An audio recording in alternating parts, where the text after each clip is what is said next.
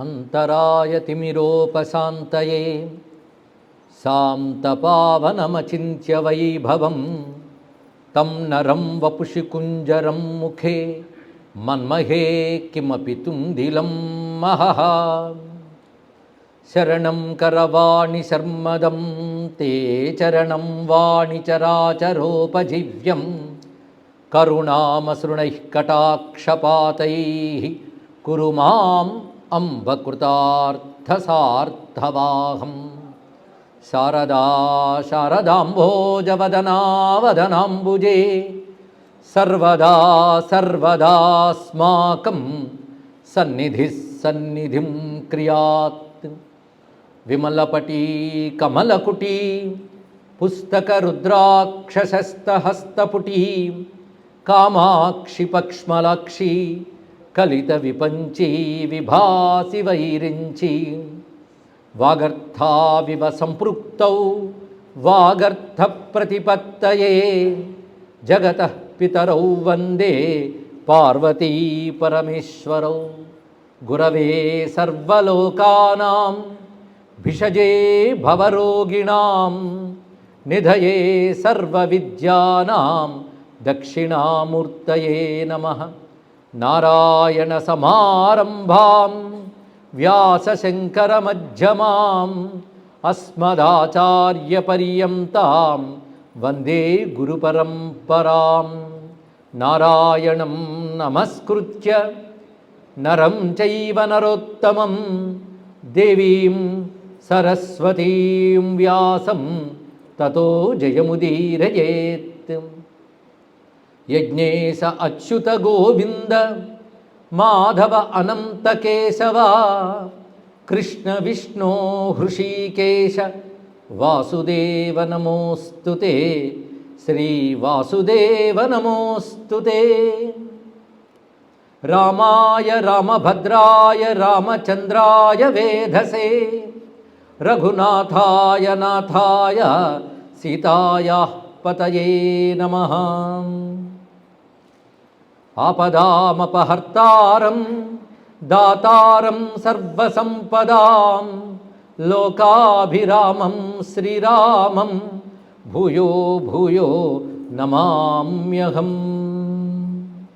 శ్రీరామ రామ రామేతి రమే రామే మనోరమే సహస్రనామ తత్తుల్యం రామనామ వరాననే. వామే భూమిసుతా పురశ్చ హనుమాన్ పశ్చాత్ సుమిత్రాసుతః శత్రుఘ్నో భరతశ్చ పార్శ్వదళయోః వాయువాదికోణేషు చ సుగ్రీవశ్చ విభీషణశ్చ యువరాట్ తారాసుతో జాంబవాన్ మధ్యే నీలసరోజకోమలరుచిం రామం భజే శ్యామలం. శ్రీరామం భజే శ్యామలం. దశదిక్పూర్ణమహోజ్వలా దశరథానందా సదా లోకదుర్దశలన్వాపెడి దేవరా దశశిరోదైత్యాంతకా శ్రీమయా దశ సంఖ్యాకములైన యావరణలం దైవం మునీవైతివే. దశ రూపాత్మ దశేంద్రియములకు నాథ రామచంద్ర ప్రభు. దశేంద్రియములకు నాథ రామచంద్ర ప్రభు. మాయాస్వరూప బహువేషధరం మృగం మాం ధర్మస్వరూప బహుచంచలవానరం మాం కోదండరామ బహుదుష్టనిశాచరం మాం పీతాంబరాఢ్య పరిమోచయ దేహబంధాత్. పీతాంబరాఢ్య పరిపోచయ దేహబంధాత్. శివాయ గురవే నమః. శివాయ గురవే నమః. శివాయ గురవే నమః. శ్రీమాత్రే నమః. శ్రీమాత్రే నమః. శ్రీమాత్రే నమః. శ్రీ విష్ణురూపాయ నమః శివాయ. శ్రీ విష్ణురూపాయ నమః శివాయ. శ్రీ విష్ణురూపాయ నమః శివాయ. శ్రీరామ జయ రామ జయ జయ రామ. శ్రీరామ జయ రామ జయ జయ రామ. శ్రీరామ జయ రామ జయ జయ రామ. జాంబవత్ సుగ్రీవ హనుమత్ సీతాలక్ష్మణ భరత శత్రుఘ్న పరివార సమేత శ్రీరామచంద్ర పరబ్రహ్మణే నమో నమః. శ్రీ అయోధ్యాయై నమః. శ్రీ సరయూదేవ్యై నమః. శ్రీ సీతారామచంద్ర పరబ్రహ్మణే నమో నమః. పరమ పావనమైన ఈ అయోధ్యలో సీతారామమయమైన ఈ సభకు నమస్కరిస్తూ గత 6 రోజులుగా చెప్పుకు వస్తున్నటువంటి శ్రీరామభక్తి సామ్రాజ్యం అయోధ్య వైభవం ప్రధానంగా స్కాంద పురాణాది గ్రంథముల ఆధారంగా చెప్పుకుంటూ ఉన్నాం. అదేవిధంగా రుద్రయమళాది గ్రంథములు కూడా పరిశీలించి చెప్పడం జరుగుతోంది. ఇక్కడ అనేక రకమైన తీర్థములు ఇక్కడ ప్రస్తావన చేసుకుంటున్నాం. ఈ ప్రస్తావన కేవలం తెలుసుకుని వెళ్ళడానికి మాత్రమే కాకుండా అది ప్రస్తావన శ్రవణమై ధ్యానమై అనుగ్రహిస్తుంది కనుక అనేక తీర్థములు ఇప్పటి వరకు చెప్పుకోవడం జరిగింది. స్మరణ మాత్రం చేతనే పావనం చేయగలిగి శ్రవణ మాత్రం చేతనే పాపసంహారం చేయగలిగిన అత్యంత పవిత్రములైన తీర్థములు. ఈ తీర్థములు యందు దివ్యశక్తులు ఎలాగున్నాయో చెప్పుకున్నాం. నిన్న మన అమృతేశ్వర తీర్థము, విద్యా తీర్థము ఇత్యాదులన్నీ చెప్పుకున్నాం. చిత్రం ఏంటంటే సాయంకాలం వెళ్ళి చూస్తే ఆ తీర్థములన్నీ ఉన్నాయి. అంటే ఇప్పటికీ ఆనాడు ఏనాడో వర్ణింపబడ్డవి ఇప్పటికీ ఉన్నాయి. అవే రూపములుతున్నాయంటే కాలగతిలో భౌతికమైన మార్పులు ఎన్నైనా రావచ్చు, అందులో దివ్యశక్తి మాత్రం మారదు. అలాంటి పరమపావనమైన అయోధ్య సీమకి నమస్కరిస్తూ నిన్నటి రోజు ఒక మహాతీర్థం గురించి ప్రస్తావన చేసుకున్నాం. ఆ తీర్థము గోప్రతార తీర్థము అని చెప్పబడుతున్నది. అక్కడ గుప్తహరి చక్రహరి అనే 2 పేర్లతో నారాయణుడు ఏనాడో వెలసి ఉన్నాడు ఇక్కడ.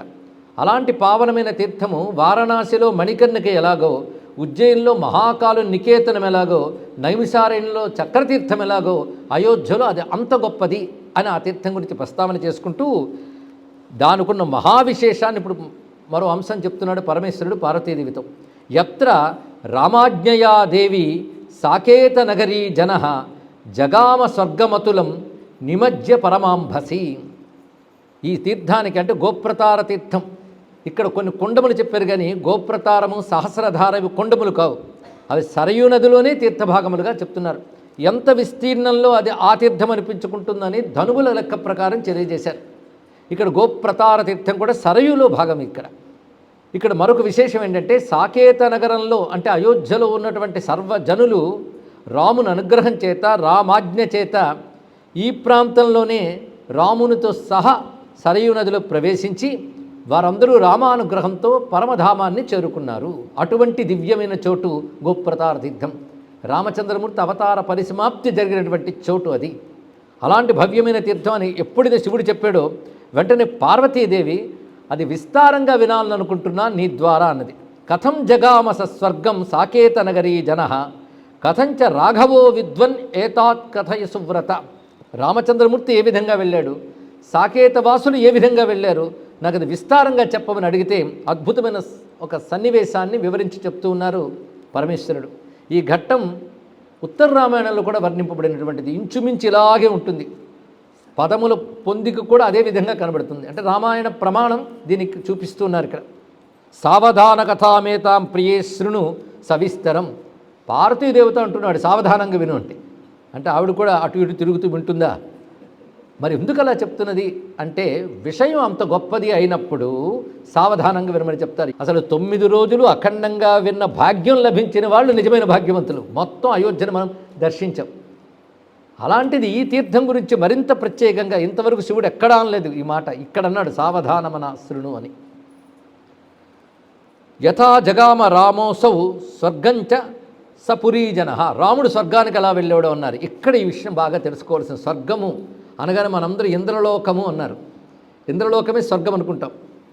అయితే రాముడు స్వర్గానికి వెళ్ళాడు, రాముడు ఇంద్రలోకానికి వెళ్ళాడా? ఇది కూడా ఆలోచించవలసిన అంశం. అందుకే వైదిక భాషలో స్వర్గం అంటే ఏమిటో అర్థం చేసుకునే ప్రయత్నం చేద్దాం. స్వర్గము అంటే దుఃఖస్పర్శ ఇసుమంత కూడా లేని దాన్ని స్వర్గము అనాలి. పూర్ణ ఆనందధామం అని అర్థం ఇక్కడ. అయితే ఇంద్రాది లోకములకు స్వర్గ వ్యవహారం ఉంది, కానీ ఇంద్రలోకానికి స్వర్గం అనే పేరు ఎక్కడుంది? ఇంద్రలోకం అనే పేరు కనబడుతుంది కదా, అమరావతి ఉన్నది కదా. ఇలాంటి ఊర్ధ్వలోకాలు చాలా ఉన్నాయి. ఇంద్రలోకము వంటి గొప్ప ఊర్ధ్వలోకాలు ఉన్నాయి, వాటికి స్వర్గములనే పేర్లు. ఎందుకంటే అక్కడ ఉన్నంతకాలం దుఃఖం ఉండదు, కానీ అక్కడ ఉన్నంతకాలం మాత్రం ఈ పుణ్యం అయిపోయాక మళ్ళీ కింద పడిపోతాము కదా అని దుఃఖం ఉంటూనే ఉంటుంది. కనుక అవి ఇక్కడతో పోలిస్తే దుఃఖం లేనివే కానీ సంపూర్ణముగా దుఃఖం లేనివి కావయ్యా. మళ్ళీ క్షీణే పుణ్యే మర్త్యలోకం విశంతి అని భగవద్గీతలో చెప్పినట్లుగా మళ్ళీ ఇక్కడ పడాల్సినవే కదా. కనుక స్వర్గము అనగానే దుఃఖము లేని ధామం అంటే పరంధామము, అంటే వైకుంఠము కూడా స్వర్గం అనవచ్చు. కానీ ఇంద్రాది లోకముల వంటి స్వర్గం కాదు అది. ఇక్కడ అది కేవల బ్రహ్మానంద భూమిక వైకుంఠము. అందుకే అది పవిత్రమైన స్వర్గశబ్దంతో చెప్పిన వైకుంఠము స్వర్గమనడంలో తప్పు లేదు. ఎందుకంటే పురాణాల్లో వేదంలో అనేక చోట్ల స్వర్గలోక ప్రాప్తి పరమార్థంగా చెప్తాడు. అది చదివి స్వర్గమే పరమార్థం అండి, వైకుంఠము కైలాసము ఇవన్నీ వేదంలో లేవనే వాళ్ళు కూడా బయలుదేరారు. ఇది వైదికార్థం అని తెలియక వస్తున్నాయి. అలాంటి సందేహం ఎవరికైనా కలిగితే ఇక రాముడు స్వర్గానికి వెళ్ళాడంటే అర్థం పరంధామమునికి వెళ్ళాడని అర్థము. పరంధామానికి పర్యాయపదంగా ఇక్కడ స్వర్గం వాడబడిందే తప్ప ఇంద్రాది లోకములకు పర్యాయపదంగా వాడబడలేదు అనేటువంటి శాస్త్రీయమైన అర్థాన్ని వ్యాఖ్యానించడం జరిగింది ఇక్కడ. అందుకే యథా జగామ రామోసో స్వర్గం సచ పురీజన పురా రామో. అయితే ఏ విధంగా వెళ్ళాడు రామచంద్రమూర్తి అనేది గొప్ప సన్నివేశం. ఇది శ్రవణ మాత్రం చేతనే పావనులను చేస్తుంది అని చెప్పారు కనుక అయోధ్య రామభక్తి సామ్రాజ్య కథాశ్రవణ లోలుపులైనటువంటి వారికి ఆ పావనమైన ఫలితం లభించడం కోసం సాక్షాత్తు పరమేశ్వరుడు పార్వతీదేవికి వివరిస్తున్న అద్భుతమైన సన్నివేశం ఇది ఇక్కడ. పురా రామో విధాయైవ దేవకార్యం అతంద్రిత. రామచంద్రమూర్తి దేవకార్యాన్ని ఏమరపాటు లేకుండా పూర్తి చేసి, అంటే కించిత్ సమయం కూడా దానికి తప్ప దేనికి వినియోగించలేదు. అది అతంద్రిత అనే మాటకి ఇక్కడ అర్థం. దేవకార్యార్థమే భగవానుడు అవతరిస్తాడు. ఎప్పుడు వచ్చిన అవతార కార్యం చక్కగా చేసి స్వర్గం గంతుం మనశ్చక్రే, అప్పుడు తిరిగి పరంధామానికి వెళ్ళాలి అనుకున్నాడు. ఆయన అనుకుంటేనే జరుగుతుంది, కానీ ఎవడో అంటే అనుకుంటే జరగదు ఇక్కడ. అయితే ఆయన అనుకునేలా చేయడం కోసం మనం అనుకోవాలే తప్ప ఆయన అనుకున్నదే చేస్తాడు, మనం అనుకున్నది చేయడు భగవానుడు. అదే ఆయన సంకల్పమే. స్వర్గం గంతుం మనశ్చక్రే భ్రాతృభ్యాం సహ ధీరధీహి. తన యొక్క భ్రాతృలతో అంటే తమ్ముళ్లతో కలిసి వెళ్ళాలని నిర్ణయించుకున్నాడు ధీరమైన బుద్ధి గల రామచంద్రమూర్తి. ధీరధీహి అని గొప్ప మాట వేశారు ఇక్కడ. ఇలా వ్యాఖ్యానిస్తుంటే పూర్తవుతుందండి మరో 2 రోజుల్లో ఇది. ధీరధీహి అంటే ఎట్టి పరిస్థితుల్లోనూ వికారములకు లోను కాని చిత్తము కలిగిన వాడు ధీరధీ అంటే సుఖం వచ్చినా దుఃఖం వచ్చినా సంఘటనలు కలుగుతున్నప్పటికీ కూడా ధర్మము నుంచి స్వాత్మస్థితి నుంచి చలితం కాకుండా ఉండేవాడు ధీరుడు. 2 మాటలు చెప్పాం, ధర్మము స్వాత్మస్థితి. స్వాత్మస్థితి అంటే సచ్చిదానంద స్వరూపుడు. సచ్చిదానంద స్వరూపుడైన వాడు బయట జరిగే సంఘటనలకి రాగద్వేషాలకు లోను కాడు, కానీ సుఖదుఖాలకు లోను కాడు. అది ధీరత్వం. 2వది అవతారమూర్తిగా ధర్మనిష్ఠుడే ఉన్నాడు. అవతారమూర్తిగా ధర్మనిష్ఠుడు, స్వస్వరూపంగా ఆత్మనిష్ఠుడు. ఇది తెలుసుకోవాలి రామావతారంలో. స్వస్వరూపంగా ఆత్మనిష్ఠుడు, అవతార రూపంగా ధర్మనిష్ఠుడు. ధర్మం లోకం కోసం, రాముడి కోసం కాదు. లోకం కోసం ధర్మం నిలపాలి కనుక అవతారమంతా ధర్మమునందే నిలబడ్డాడు. చెక్కు చెదరలేదు రామచంద్రమూర్తి ధర్మం నుంచి, కనుక ధర్మనిష్ఠుడు. అలా ధర్మనిష్టగా ఉండాలన్నా ధీరత్వం ఉండాలి. 2వది సాక్షాత్ పరమాత్మ సచ్చిదానంద రూపుడు.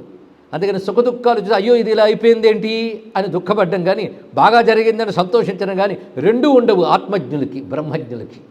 కనుక రామచంద్రమూర్తి అవతారంలో 2 పరిశీలించాలి, బ్రహ్మనిష్ఠుడు, ధర్మనిష్ఠుడు.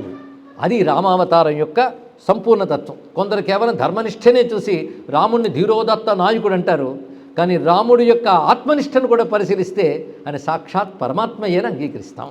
స్వాత్మస్థితి నుంచి చలితం కాని స్థితి రామతత్వం. అందుకే ధీరధీహి అనే శబ్దం అంత చక్కగా ప్రయోగించారండి. తతో నిశ్చిత్య చారేణ వానరా కామరూపిణి.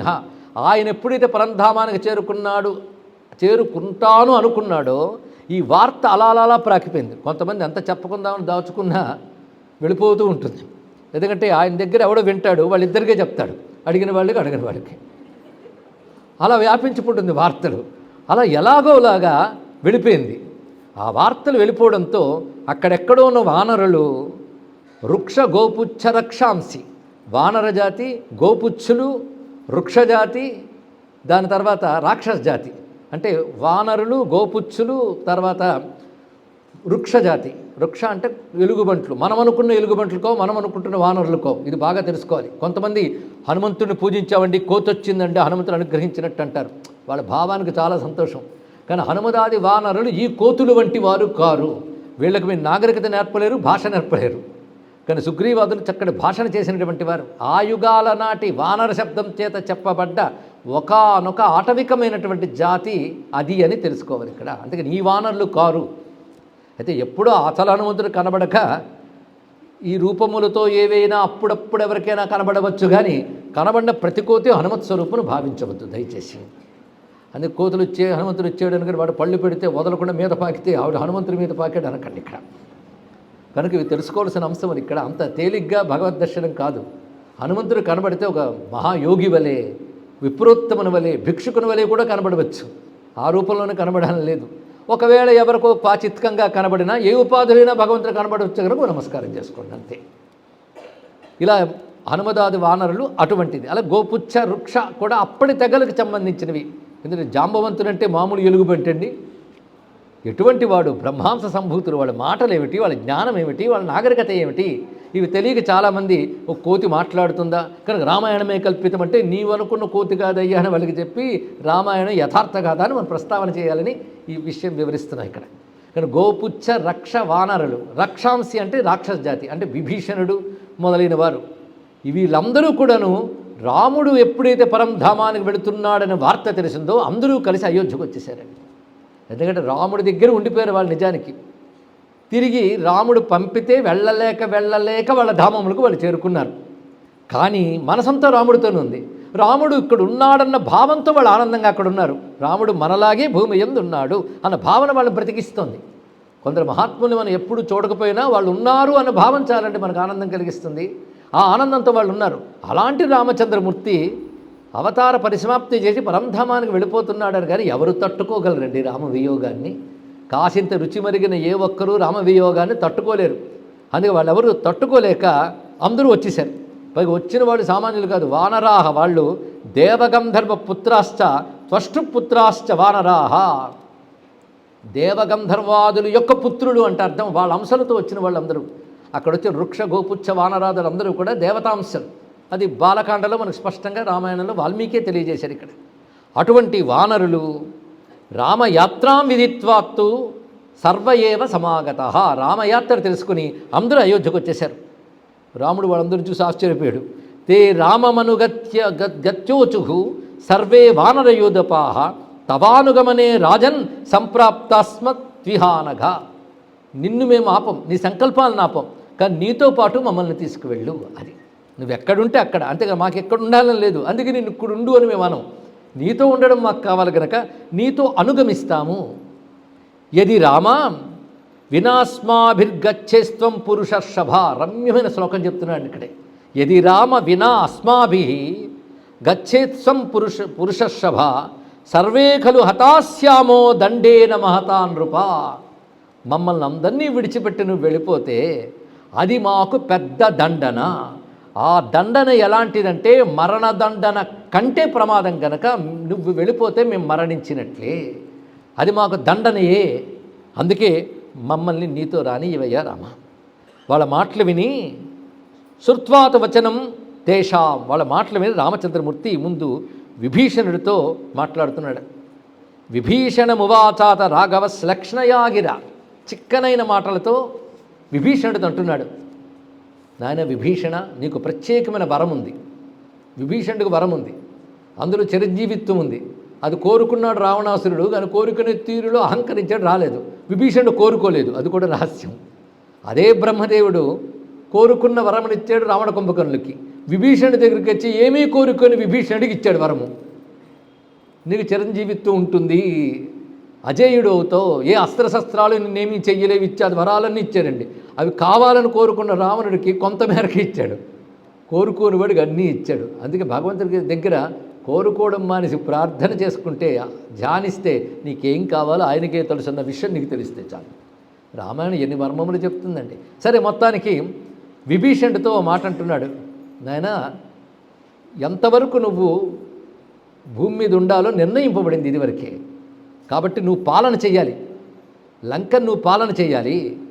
యావత్ ప్రజాధరిష్యంతి తావదేవ విభీషణ కారయస్వ మహద్రాజ్యం లంకాన్ త్వాం పరిపాలయ. నువ్వు లంకని పరిపాలించాలి, బహుకాలం పరిపాలించాలి, అది నీకు నిర్దేశింపబడింది. కాబట్టి నువ్వు నాతో రావడానికి వీలు లేదు. మరేం చేయాలి? నన్ను చింతన చేసుకో. అంటే ఉపాధితో రాలేకపోయినా హృదయంతో నన్ను చింతన చేస్తూ నా సామీప్యం నీకుంటుంది. ఎందుకంటే నేను ఒక లోకంలో ఉండేవాడిని మాత్రమే కాదు కదా, సర్వహృదయాంతర్యామిని కనుక నన్ను చింతన చేస్తూ ఉండు. గోపికలకు అదే చెప్పుడు కృష్ణ పరమాత్మ, అదే బోధ ఇక్కడ చేశాడు. స్థాపితవ్యం సఖిత్వేన న్యాయత్ కుర్యాత్ వచో మమ. నువ్వు నాకు సఖుడివి అంటే రాముడు అంత ప్రేమగా చెప్తున్నాడు. ఈ సఖిత్వ భావంతో నీకు చెప్తున్నాను, దీనికి విరుద్ధంగా నువ్వు చెయ్యరాదు, ఇది నా మాట. ప్రజాత్వం రక్ష ధర్మేణ నోత్తరం వక్తుమర్హసి. అలా రాముడు అంటే వాడని మాట్లాడుతాడు తిరిగి. నువ్వు ప్రజారక్షణ చేయాలి, జవాబు చెప్పడానికి వీలు లేదన్నాడు. అంతే, ఇంకా లేదు, అంతే. రాముడితో చార్వాకాలు చేస్తారా, తర్కాలు చేస్తారా? ఏవం త్వాతు కాకుస్తో హనుమంత మథాబ్రవీత్. హనుమంతుడితో అంటున్నాడు, నువ్వు ఉండిపోవలసిందే నాయన అన్నాడు. ఇక్కడ అసలు పరమరామభక్తుడైన హనుమంతుడే రామవియోగం తట్టుకోలేడు, అది ఆయనకు తెలుసు. అందుకే వెంటనే అంటున్నాడు, వాయుపుత్ర చిరంజీవ మా ప్రతిజ్ఞాం వృథా కురు. ప్రతిజ్ఞని వ్యర్థం చేయకు సుమా, ఎందుకంటే నువ్వు ప్రతిజ్ఞ పట్టావు. నా గుర్తు ఏమిటా ప్రతిజ్ఞ గుర్తు చేస్తున్నాడు. యావల్లోకా వదిష్యంతి మత్కథాం వానరషభ తావత్వం ధారయ ప్రాణాన్ ప్రతిజ్ఞాం పరిపాలయ. అక్కడ ప్రతిజ్ఞాం మా వృథాకురు అని ప్రతిజ్ఞ ఏమిటో గుర్తు చేశాడు. ఎంతకాలం నా కథ భూమి మీద వినబడుతూ ఉంటుందో అంతకాలం నేను భూమి మీద ఉంటానని నువ్వు చేసిన ప్రతిజ్ఞని పాలించు అన్నాడు. అంటే హనుమత్ ప్రతిజ్ఞది. ఎంతకాలం రామకథ వినబడుతుందో భూమి యందు అంతవరకు హనుమంతుడు ఉంటాడు. హనుమంతుడు ఎప్పటికి ఉన్నాడండి అని ప్రశ్న వేయక్కర్లేదు. ఎప్పటికీ రామకథ వినబడుతుందా లేదా? వినబడుతుందా లేదా? డౌటా? ఇప్పుడు చెప్పిన మాట వినబడుతుంది కదా, అయితే సరిపోయింది. మొత్తం రామకథ వినబడని పోటుందా, వినబడని రోజుందా? పరమపావనమైన భారతదేశంలో ఒక్కరోజు ఒక్క పూట కూడా రామకథ వినబడకుండా లేదు. ఎక్కడో ఒక చోట రామకథ జరుగుతూనే ఉంది. ఎక్కడొక చోట జరిగిన ఈయన భగవత్ స్వరూపుడు కనుక హనుమత్ స్వామి సర్వవ్యాపకత్వం అనేది ఆయనకుంది. తనకున్న లక్షణానికి తను సంతోషించాడు. ఎందుకంటే ఎక్కడ రామకథ ఎందరు చెప్పినా అన్ని చోట్ల ఏకకాలంలో ఉండగలిగినటువంటి ఒక అద్భుతమైనటువంటి వరం ఆయన దగ్గర ఉన్నది. శక్తి ఆయన దగ్గర స్వాభావికంగా ఉన్నది. అందుకే నా కథ ఉన్నంతకాలం ఉండాలి కనుక నువ్వు ఉండు అన్నాడు. కానీ హనుమంతుడిని వద్దు అని చెప్పేశాడు. విభీషణుడికి అయిపోయింది, హనుమంతుడికి అయిపోయింది. తర్వాత మైంద ద్వివిధులని వానర వీరుల్లో ఇద్దరున్నారు. వాళ్ళకి అదే చెప్పాడు. వాళ్ళకి చెప్పే తీరు ఇంకోలా చెప్పాడు. మైందశ్చ ద్వివిధశ్చైవ త్వమృత ప్రాశీనావుభౌ యావల్లోకాధరిష్యంతి తావదేతో ధరిష్యత. ఈ మైంద ద్వివిధులు అమృతం తాగారు, అమృతపానం చేసినటువంటి వారు. ఈ మైంద ద్వివిధులే అశ్వినీ దేవతల అంశాలను కూడా చెప్తారు వానర వీరుల్లో. కాబట్టి మీరు ఉండవలసినదే. ఎంతవరకు ఈ భూములలో భూమ్యాది లోకములు ఉంటే అంతవరకు మీరు ఉండవలసినదే. మీ వరములవి, అలా ఉండండి. ఎందుకంటే భగవానుడైనా కర్మఫల ప్రదాత, వారి కర్మలను అనుసరించే వాళ్ళని అనుగ్రహిస్తాడని మరువరాదు. అందుకే అలా అనుగ్రహించాడు. ఇక మిగిలిన వాళ్ళు ఉన్నారా? కొందరు వానరుల్ని, కొందరు రాక్షసుని ఉండమన్నాడు. ఎందుకంటే పుత్రపౌత్రాశ్చయోస్మాకం తాన్ రక్షంత్విహ వానరాః ఏవముక్త్వాతు కాకుస్తః సర్వాంస్తాన్ వృక్షవానరా. ఇక్కడ ఒకటి గుర్తుపెట్టుకోండి, నాతో పాటు కుశలవులు వీళ్ళెవరూ రావట్లేదు, వాళ్ళు ఉంటున్నారు. అలా మిగిలినటువంటి నా వాళ్ళు కొందరు ఉండాల్సిన అవసరం ఉంది. అలాంటి వాళ్ళని రక్షిస్తూ ఉండవలసిన అవసరం మీకున్నది అని వానరులు కొందరికి ఆజ్ఞాపించాడు. మయా సార్ధం ప్రజాతేతి తదన్యాన్ రాఘవ బ్రవీత్. వీళ్ళు మినహాయించి మిగిలిన వాళ్ళందరూ నాతో రావచ్చు. ఎప్పుడు? ప్రభాతాయాంతు సర్వర్యాం పృథువక్ష మహాభుజ. ఈ విధంగా చెప్పాడు. మరురోజు రామచంద్రమూర్తి బయలుదేరి వెళ్తున్నాడు. ఇలాంటి వాటిని మహాప్రస్థానం అంటారు. భారతంలో కూడా మహాప్రస్థానం మాట ఉన్నది. మహాప్రస్థానం ఒక దీక్షా విధానం, అంతేగాని ఊరికన బయలుదేరి వెళ్ళిపోవడం కాదు. ఇక్కడ ఎలా పాండవులు మహాప్రస్థానం చేశారనేది భారతం చదివితే తెలుస్తుంది. ఒక దీక్ష. అందుకని పదండి స్వర్గానికి వెళ్ళిపోదాం అంటే వెళ్ళిపో, అక్కడ ఇన్వైట్ చేస్తూ కూర్చున్నాడు ఇంద్రుడు. దానికి ఒక పద్ధతి ఉంది. ఇక్కడ పరమపదానికి వెళ్ళడానికి అర్హత ఏమిటంటే ముందు దేహం నేను అనే భావం మిగలకూడదు. అటువంటి వాడు ప్రథమార్హత. అంటే దేహాన్ని వాళ్ళు విడిచిపెట్టి వెళ్ళిపోతారు. వాళ్ళు ఇక్కడ ఎవరు విడిచిపెట్టగలరు? దేహం నేను అనుకున్న భావం ఉన్నవాళ్ళు విడిచిపెట్టలేరు. దేహం నేను కాదన్న భావం స్థిరంగా ఉన్నవాళ్ళు మాత్రమే విడిచిపెట్టగలరు. ఇది ఎలా అంటే, వీధి చివరిదాకా కారులో రండి, అక్కడ నుంచి నేను తీసుకెళ్తానంటే కారు విడిచిపెట్టడానికి ధైర్యం ఉన్నవాడే అక్కడికి వెళ్ళగలడు. అవునా లేదుగా? కారు విడిచిపెట్టానంటే అక్కడే అఘోరించంటాను. ఇది అంతే. దేహాదుల పట్ల ఆ భావం ముందుండాలి. రెండవది, భావం ఉంటే సరిపోదు, ఆ విధంగా విత్డ్రా చేసుకోగలిగిన సంస్కారం ఒకటి ఉండాలి. అది మహాప్రస్థాన దీక్షలో ఉంది ఇక్కడ. ఇదన్నీ రహస్యములు. మళ్ళీ భారతంలోకి ఎందుకు కానీ రామచంద్రమూర్తి కూడా దీక్షను స్వీకరించాడు. ఎందుకంటే అంతవరకు అగ్నిహోత్రాలు అనుష్ఠిస్తూ ఉన్నాడు రామచంద్రమూర్తి. నిత్యాగ్నిహోత్రి రాముడు. విప్రుడికి క్షత్రియులకి కూడా అగ్నిహోత్ర విధానములు ఉన్నాయి. ఆ క్షాత్రధర్మాన్ని అనుసరించి అగ్నిహోత్రాలను ఆరాధన చేస్తున్నాడు. ఆ అగ్నిహోత్రాలతో వెళుతున్నాడు. అగ్నిహోత్రీకులు ఒకవేళ మరణిస్తే వాళ్ళు అర్చిస్తున్న అగ్నుల్లోంచి అగ్నిని ప్రార్థించి తీసి దానితో శరీరాన్ని దహనం చేస్తారు. అది తెలియాలి. ఇప్పుడు అవి లేవు గనక విచ్చిజ్ఞానం రగిల్చి ఏదో పడుతున్నారు. ఏం జరుగుతుందో తెలియడానికి పోయిన వాడికి ఎలాగో తెలియదు, తెలుసో లేదో మనకు తెలియదు. వాడు ఏ దేహంతో చూస్తున్నాడు. మిగిలిన వాళ్ళు ఏడవడంతోనే సరిపోతుంది. వాళ్ళేం తెలుసుకుంటున్నారు? ఆ కర్తువుని అర్థం చేసుకుంటే ఎన్నో విషయాలు అర్థమవుతాయండి. కనీసం ఆ కర్తువుని అర్థం చేసుకున్నా మిగిలిన వారికి దేహాత్మ భ్రాంతి పోతుందేమో. ఇవన్నీ గ్రహించవలసిన విషయం. ఇప్పుడు ఎందుకు చెప్పి భయపెట్టాడండి విషయంలోకి వెళ్తే. ఎందుకంటే మహాప్రస్థానం అనే శబ్దం వస్తోంది కనుక కొంచెం వివరించాల్సి వస్తుంది ఇక్కడ. తతః క్షౌమాంబరధరో బ్రహ్మచర్య సమన్విత కుశానాదాయ పాణిభ్యాం మహాప్రస్థానముద్యత. ఇవన్నీ ఊరికనే వాడే పదాలు కాదండి. ఇది తెలియక భారతంలో మహాప్రస్థానం ఉంది కనుక, ప్రస్థానం అంటే ప్రయాణం కనుక మహాప్రస్థానం పేరు నేను పెట్టేసుకుంటాను, పుస్తకాన్ని కనుక పెట్టేసుకుంటే అది సరిపోదు. దానికి ఒక సంప్రదాయమైన అర్థం ఉంది. దాన్ని నమ్మితే అది పెట్టుకో, పర్వాలేదు. అయితే ఆ తత్వం నువ్వు చెప్పగలగాలి ఇక్కడ. అందుకే ఆ శబ్దం ఇది టర్మ్, ఒక మెడికల్ టర్మ్. అలాగే లాకి సంబంధించిన టర్మ్స్ ఎలా ఉంటాయో ఇది ఒక టర్మ్ అండి. ఇది పారలౌకికానికి సంబంధించిన ఒక కర్మకలాపానికి ఉన్న టర్ము మహాప్రస్థానం. ఆ పదం పెడుతున్నాడు. ఇది ఎలా వెళ్తాడో రాముడు చెప్తున్నాడు. ముందుగా వశిష్ఠులు వారిని ప్రార్థన చేశాడు. అంటే దీక్ష గురువు ద్వారా తీసుకోవాలి కదా. అందుకు వశిష్ఠుల వారిని రామ కమలపత్రాక్ష పురోధసం అథ అబ్రవీత్. పురోధసం అంటే పురోహితుని ఇలా అడుగుతున్నాడు. అగ్నిహోత్రాన్ని యాంత్వగ్రే దీప్యమానాన్ని సర్వసహ. నేను వెళుతున్నప్పుడు నా ముందు అగ్నిహోత్రాలు వెళ్ళాలి అన్నాడు. అంటే అగ్నులు పట్టుకెళ్తారా? అగ్నిహోత్రములు వెళ్ళుట అంటే అర్థమేమిటి అది కూడా తెలియాలి కదా. పూర్వం యాజ్ఞికులైన వాళ్ళు, నిత్యాగ్నిహోత్రీకులైన వారు ఏదైనా యాత్రలకు వెళ్తే అగ్నిహోత్రాలు పట్టుకునేవాళ్ళట. అంటే అర్థం ఇంట్లో కుండాలు తవ్వి ఆ కుండాలు పట్టుకెళ్ళేవారిని అర్థం కాదు. అగ్నిహోత్రం ఎప్పుడవుతుంది? మంత్రము చేత అగ్నిహోత్రం అవుతుంది. ఏ మంత్రముల చేత అది అగ్నిహోత్రమైందో ఆ మంత్రములని అగ్నిహోత్రము నుంచి తీసి అరణియందు దాన్ని ఆవాహన చేస్తారు. ఇక్కడ ఆ అరణిని పట్టుకు వెళతారు. అది తెలుసుకోవాల్సింది. అది అగ్నిహోత్రాలు పట్టుకెళ్ళినటువంటి ఇది అర్థం. అక్కడ మళ్ళీ మథనం చేసుకుని ఎక్కడైనా అగ్నిహోత్రం నిత్యం చేయాలి కనుక అది మధించినప్పుడు మళ్ళీ అగ్నిహోత్రం చేసినట్లు. ఈ మన సంప్రదాయాలు కొంచెం చెప్పడం కోసం. కానీ అగ్నిహోత్రాలు నా ముందు ఉండాలి. అసలు అగ్ని అంటేనే అగ్రే నయతి. ముందు నడుపువాడు, ముందుండువాడు అగ్ని కనుక ముందు అగ్నిహోత్రుడు ఉండాలి. దాని తర్వాత ఎవరు ఉండాలో చెప్తున్నాడు రామచంద్రమూర్తి. చూడండి, నేను చేసిన వాజపేయాన్య తంత్రాన్ని నిర్యాంతుచ మమాగ్రత. తర్వాతి మాట అగ్నిహోత్రుడి తర్వాత ఉండవలసినది, నాకంటే ముందు ఉండవలసింది. నేను ఇప్పటి వరకు చేసిన వాజపేయాది క్రతువులు ఏ ఉన్నాయో ఆ క్రతువులు దాని ముందు ఉంటాయి. అంటే నాకంటే ముందు ఉంటాయి, అగ్నిహోత్రుడి తర్వాత ఉంటాయి. అంటే క్రతువులు కూడా వెళుతున్నాయి. రామచంద్రమూర్తి ఇన్నాళ్ళు చేసిన యజ్ఞములు వెళుతున్నాయి. ఇది తెలుసుకోవాల్సింది. మనిషి శరీరం విడిచిపెట్టినప్పుడు వాడు చేసిన సత్కర్మలన్నీ వాడితో వస్తాయంటే ఇది అర్థం ఇక్కడ. అంటే యజ్ఞయాగాది క్రతువులు ఉండాలంటే అగ్నిహోత్రం పోస్తూ కాదు, వాటి యొక్క సూక్ష్మ రూపములు ఇవన్నీ దేవతారూపములు ధరించి నడుస్తుంటాయి. కనుక అగ్నిహోత్రుడి తర్వాత ఉండవలసింది ఎవరు? వాజపేయాన్య తంత్రాన్ని. తంత్రము అంటే శాస్త్ర విధానంతో చేసిన యాగాది క్రియలు వాటి వెనకాలుంటాయి, నా ముందుంటాయి. తతో వశిష్ఠస్తేజస్వి. ఇది జరగాలయ్యా అని పురోహితుని ప్రార్థిస్తే ఆ విధంగానే చేస్తానని చెప్పి చకార విధివత్కర్మ మహాప్రాస్థానికం విధిం. మహాప్రాస్థానికము అని చెప్పబడుతున్న విధిని శాస్త్రబద్ధంగా చేసినటువంటి వాడు వశిష్ఠుడు. రాముని చేత ఇవన్నీ చేయించాడు.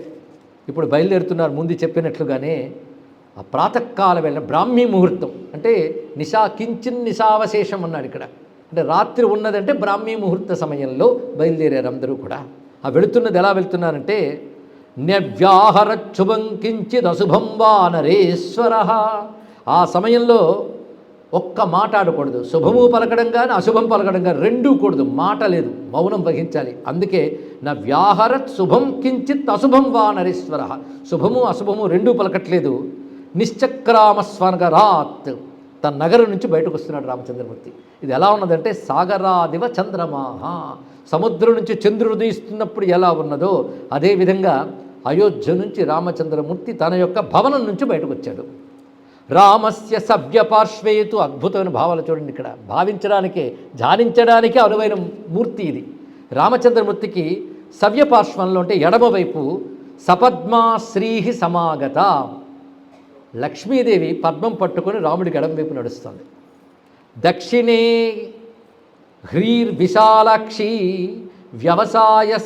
వ్యవసాయస్తథాగ్రత. దక్షిణం వైపు హ్రీదేవి ఉన్నదన్నారు. హ్రీహి అనబడే శక్తి ఉన్నది అక్కడ, అది విశాలాక్షి. ఒక్కసారి ఇటువైపు శ్రీ, ఇటు హ్రీ ఉంది రామచంద్రమూర్తికి. రెండింటి కలిపితే హ్రీశ్చతే లక్ష్మీశ్చ పత్న్యౌ అహోరాత్రే పార్శ్వే శ్రీం హ్రీం, ఇది అర్థం. ఆ మాత్రం చాలు, ఎక్కువ చెప్పం. రామచంద్రమూర్తి మంత్రానికి కూడా రెండు బీజాక్షరాలుగా ఒక తంత్రం మనకు చెప్తున్న అంశం ఇక్కడ. నారాయణకి శక్తి అండి శ్రీ హ్రీ అంటే. ఇది కొంచెం చెప్పినట్టున్నాం. అగ్నికి వెలుగు వేడిమి రెండు ఉంటాయి. వేడిమి హ్రీ, వెలుగు శ్రీ, ఈ రెండు కూడా, ఈ రెండు శక్తి స్వరూపాలు. రామచంద్రమూర్తి సాక్షాత్ యజ్ఞేశ్వరుడు కనుక సరిపోయింది. అంతేకాదు ఇంకొక రకంగా చూడాలంటే ప్రతి వారి యందు లక్ష్మి ఉంటుంది. వారి శోభ, వారి శక్తి, వారికి లక్ష్మి. యాదేవి సర్వభూతేషు లక్ష్మీ రూపేణ సంస్థిత. ఎందుకంటే రామచంద్రమూర్తి అసలు లక్ష్మి ఇప్పటికే వైకుంఠం వెళ్ళిపోయింది. మరి ఈ పక్కన ఆవిడెవరయ్యా అంటే రాముని యందు ఉన్న శ్రీ. రాముడి యొక్క ధర్మము, తపస్సు, జ్ఞానము, వైభవము ఇవన్నీ ఆయన విభూతులు. ఆయన విభూతులన్నీ కలిసి స్త్రీ రూపంలో ఒకవైపు. రెండవది హ్రీ పక్కనుందన్నాడు. హ్రీ వ్యవసాయాత్మిక అన్నాడు. వ్యవసాయం అంటే ప్రయత్నం. రాముడు చేసిన ప్రయత్న రూపమైన ఒకనొక శక్తి హ్రీ అక్కడున్నది అన్నాడు. హ్రీ అంటే అర్థం ఏంటంటే అధర్మం చేయడానికి వెనకాడడమే హ్రీ. రాముని యందున్నటువంటి శక్తి అది. ఆ హ్రీ రూపమైన శక్తి విశాలాక్షిగా వ్యవసాయం అంటే రాముడి యొక్క ప్రయత్న శక్తి ఒక రూపం ధరించింది. ప్రతి వాళ్ళలో ఇలాంటి శక్తులు ఉంటాయండి. ఈ తనువు చాలించిన తర్వాత జీవుడితో ఆసక్తులు పెడుతూ ఉంటాయి ఉత్క్రమణ వేళలో. ఇది సూచనప్రాయంగా తెలియజేస్తున్నాం. అందుకే మనం వెళ్ళేటప్పుడు ఇవి తోడుగా తీసుకెళ్ళడం చాలా మంచిది. అది పాపాది కర్మలు తోడుగా తీసుకెళ్ళామనుకోండి, పైకి తీసుకెళ్ళు, లాక్కుని పాతాళంలో నరకంలో పడేస్తాయి. తెలుసుకోండి ఇక్కడ. అంటే సాధారణంగా జరిగేది వాడి అనుష్ఠాన శక్తులు వాడితో పాటు అనుగమిస్తాయి. అనే జీవితం అనుష్ఠాన భరితమైతే అనుష్ఠానం చేసే శక్తులు వాడిని ఉత్తమ లోకాలకు ఎలా తీసుకువెడతాయో చెప్తున్నాడు. లేకపోతే జీవుడు ఎక్కడికి కదలగలడు? వాడిని తీసుకెళ్ళే వాడి పుణ్యములే. ఇది సామాన్య మానవుల విషయం. పరమాత్మ అయిన రాముడు అవతార కార్యంలో చూపించిన శ్రీ హ్రీ లాంటి శక్తులు ఆయనతో పాటు వస్తున్నాయి. అవి రూపులు ధరించి వస్తున్నాయి. అవి దేవతలకు మాత్రమే కనబడుతున్నాయి. రామచంద్రమూర్తికి కనబడతాయని ప్రత్యేకంగా చెప్పనక్కర్లేదు. నానా విధాన్యాయుధాని ధనుశ్చ జ్యాసమన్వితం అన్వవ్రజశ్చ కాకుస్థం సర్వే పురుష విగ్రహ. మరొక రహస్యం, తాను చేసిన శ్రీహ్రీలు తనతో పాటు రావడమే కాకుండా రాముని యొక్క ఆయుధములన్నీ కూడా రామునితో పాటు వెళుతున్నాయన్నాడు. ఆయుధములన్నీ అని చెప్తూ ధనుశ్చ జ్యాసమన్వితం అన్నాడు ఇక్కడ ప్రత్యేకించి. ఆయుధాలన్నీ వెళుతున్నాయి. ఆయుధాని బహువచనం, ఆయుధములు వెళుతున్నాయి. వింటిత్రాడితో కూడిన ధనుస్సు కూడా వెళుతోంది అని ప్రత్యేకించి చెప్పాడంటే రామచంద్రమూర్తి కనబడ్డానికి ధనుర్ధారిగా ఉన్నా రామచంద్రమూర్తి యందు సర్వాయుధ శక్తులు లీనమై ఉన్నాయి. అంటే ఆయన యొక్క సుదర్శన, పాంచజన్య, కౌమోదికి, నందకాది శక్తులు కూడా రామావతారంలో ఉన్నాయి. అది ఎవరికి కనబడుతుందంటే రాక్షస సంహారం చేసినప్పుడు ధనుస్సు పట్టుకున్నట్టు కనబడుతున్నా ఆయుధాలు కూడా విజృంభించేట. ఈ రహస్యం వాల్మీకి రామాయణం యుద్ధకాండ చదివితే అర్థమవుతుంది ఇక్కడ. కనుక సర్వాయుధములు, అదేవిధంగా వింటినారితో కూడిన శాంగధనువు అది కూడా వెళుతుంది. అది ప్రత్యేకించి దాన్ని ఒక్కటెందుకు చెప్పాడు? ఆయుధాన్ని అన్నప్పుడు అన్నీ చెప్పవచ్చు కదా అంటే అందరికి చూపిస్తూ తిరిగాడు కదా ఆ ధనుస్సు. అందుకు దాన్ని ప్రత్యేకంగా చెప్పాడు. ఈ రాముడు వెళుతున్న వైనం రాముని యొక్క సర్వశక్తులు మనకు స్ఫురింపజేస్తున్నదండి ఇక్కడ. అలా అవి వస్తూ ఉంటే దాని తర్వాత బ్రాహ్మణ రూపంలో ధరించి కొందరు వస్తున్నారట. ఎవరో తెలుసా? రాముడితో పాటు వస్తున్నవాడి వేదాహ బ్రాహ్మణ రూపేణ, వేదములు బ్రాహ్మణుల రూపం ధరించి వస్తున్నాయి. అదేవిధంగా సావిత్రి, సాక్షాత్ ఆయన అనుష్ఠించిన గాయత్రి మాత ఆయనతో పాటు వస్తుంది ఇక్కడ. ఇవి వేదములన్నీ బ్రాహ్మణ రూపం ధరించి సవ్య భాగం వైపు ఉంటే, దక్షిణ భాగం వైపు సావిత్రి నది. ఇటు వేదములు, అటు వేదమాత. ఆ గమనం చూస్తుంటే రాముడు ఎందరి చేత పరివృతుడైనటువంటి పరమాత్మయో తెలుస్తున్నది ఇక్కడ. అంతేకాదు రాముడితో పాటు వస్తున్న మరొక రెండు ఉన్నాయి. ఓంకార అథ వషట్కార సర్వే రామం తదా వ్రజన్. ఓంకారము వషట్కారము కలిసి రాముడితో పాటు వస్తున్నాయి. దీన్ని బట్టి వెళ్తున్న వాళ్ళు ఎవరు రాముడితో పాటు? ముందు అగ్నిహోత్రములు, తర్వాత ఆయన చేసిన యాగములు, ఆ తర్వాత శ్రీ హ్రీ వ్యవసాయ శక్తులు, ఆ తర్వాత ఆయుధములు, ప్రత్యేకించి వింటి నారితో కూడిన శాంగధనువు, ఆపై బ్రాహ్మణ రూపమును ధరించిన వేదములు, గాయత్రీదేవి, ఓంకారము, వషట్కారము, ఇవన్నీ రామునితో వెళుతున్నాయి. అంటే జ్యోతితో కాంతిలా, ఇది అర్థం చేసుకుంటే సరిపోతుంది. ఉపమానం ఒక్కటే. ఎందుకంటే ఇవి రాముని యొక్క శక్తులే. అవన్నీ కలబోసుకుని అవతారం నిర్వహించాడు. ఇప్పుడు అవన్నీ విడివిడిగా మనకు కనబడుతున్నాయి. ఎంత విడివిడిగా కనబడుతున్నా కలిపి రాముడు. కిరణాలు విడిగా చెప్తున్నా సూర్యుడితో కలిపే కిరణాలను ఎలా చూడాలో ఇవన్నీ రామ విభూతులే, రామస్వరూపాలే. అది భావన ఇక్కడ. ఆ తర్వాత ఋషయశ్చ మహాత్మానః సర్వే చైవ మహీధరాః అనుగచ్చంతి కాకుత్స్థం స్వర్గద్వారముపస్థితం. కొంతమంది ఋషులు కూడా రాముడితో పాటు వెళుతున్నారు. తథా అనుయాంతి కాకుత్సం అంతఃపురగత స్త్రియః అంతఃపురగతాః స్త్రియః. అంతఃపుర కాంతలు కూడా రాముడితో బయలుదేరి వెళుతున్నారు. సవృద్ధ బాల దాసీకాః పార్షదా ద్వారరక్షకాః. వృద్ధులు, దాసీజనములు, బాలురు, ద్వారరక్షకులు, ఒకటేమిటి సాకేతవాసులు అందరూ కదులుతున్నారండి. ఆఖరికి ఇక్కడ ఉండాలే కానీ అంతఃపురంలో ఉన్నవారు సాకేతవాసులు అందరూ కదిలిపోతున్నారు. వాళ్ళలో వీళ్ళు ఉండాలని వాడికి నియమం లేదు. పోనీ కుసుడు లవుడు ఉండాలంటే వాడికి రాజ్యాలు వేరే ఇచ్చేశాడు, అయోధ్యలో కాదు. కాబట్టి అయోధ్యవాసులు అందరూ కదిలి వెళ్తున్నారు. అంతేకాదు స అంతఃపురశ్చ భరతః శత్రుఘ్న సహితో యయౌ రామం వ్రజంతమాగమ్య రఘువంశమనువ్రతాః తతో విప్రాహ మహాత్మానః సాగ్నిహోత్రా సమంతతః సపుత్రదారా కాకుత్స్థం అనుగచ్చంతి సర్వసః.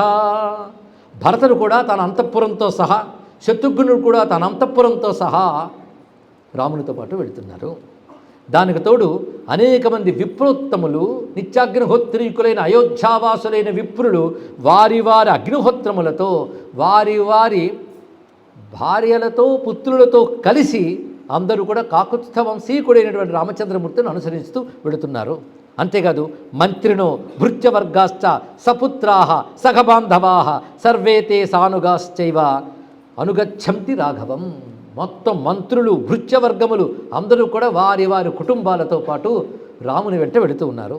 తత సర్వాహ ప్రకృతయో, సర్వాహ ప్రకృతి, ప్రకృతి శబ్దానికి రాజనీతి ప్రకారం అర్థం ఏంటంటే దండనాయకుడు, సేనాధ్యక్షుడు, ఇలా రాజ అంగములు ఏమైతే ఉంటాయో అలాగే దేశము, పౌరులు కూడా ప్రకృతి అని చెప్పబడతాయి. ఇవన్నీ కలుపుకొని రాజనీతి భాషలో ప్రకృతి. అంటే మనం అనుకుంటున్న ప్రకృతి కాదు ఇక్కడ. ఆ ప్రకృతి అంతా కదులుతుంది. వాళ్ళు ఎలా వెళుతున్నారు? ఏం రాముడు వెళ్తున్నా మనం వెళ్ళిపోవడమేనా? ఏదో వాడు వెళ్తున్నాడు మొహమాటతో వెళ్తున్నాను కానీ పోతున్నానేమో అని ఒక్కడికి భయం లేదుటండి. అందరూ ఎలా వెళుతున్నారంటే హృష్టపుష్ట జనావృతా, పరమ ఆనందంగా వెళుతున్నారు వాళ్ళందరూ. రాఘవస్యానుగా ఆసన్ దృష్ట్వా విగత కల్మషాః స్నాత్వా శుక్లాంబరధరాః. అందరూ ఎలా వెళ్తున్నారు తెలుసా? విధానం ఉంది. స్నానాలు చేసి, శుక్ల వస్త్రములు అంటే తెల్లని బట్టలను మాత్రమే కాదు, శుద్ధమైన వస్త్రములు అక్కడ, వాటిని ధరించి సర్వే ప్రయత మానసాః, అందరూ నియమబద్ధులై నిగ్రహింపబడిన మనస్సుతో కృత్వా కిలకలా శబ్దం అనుయాతాశ్చ రాఘవం.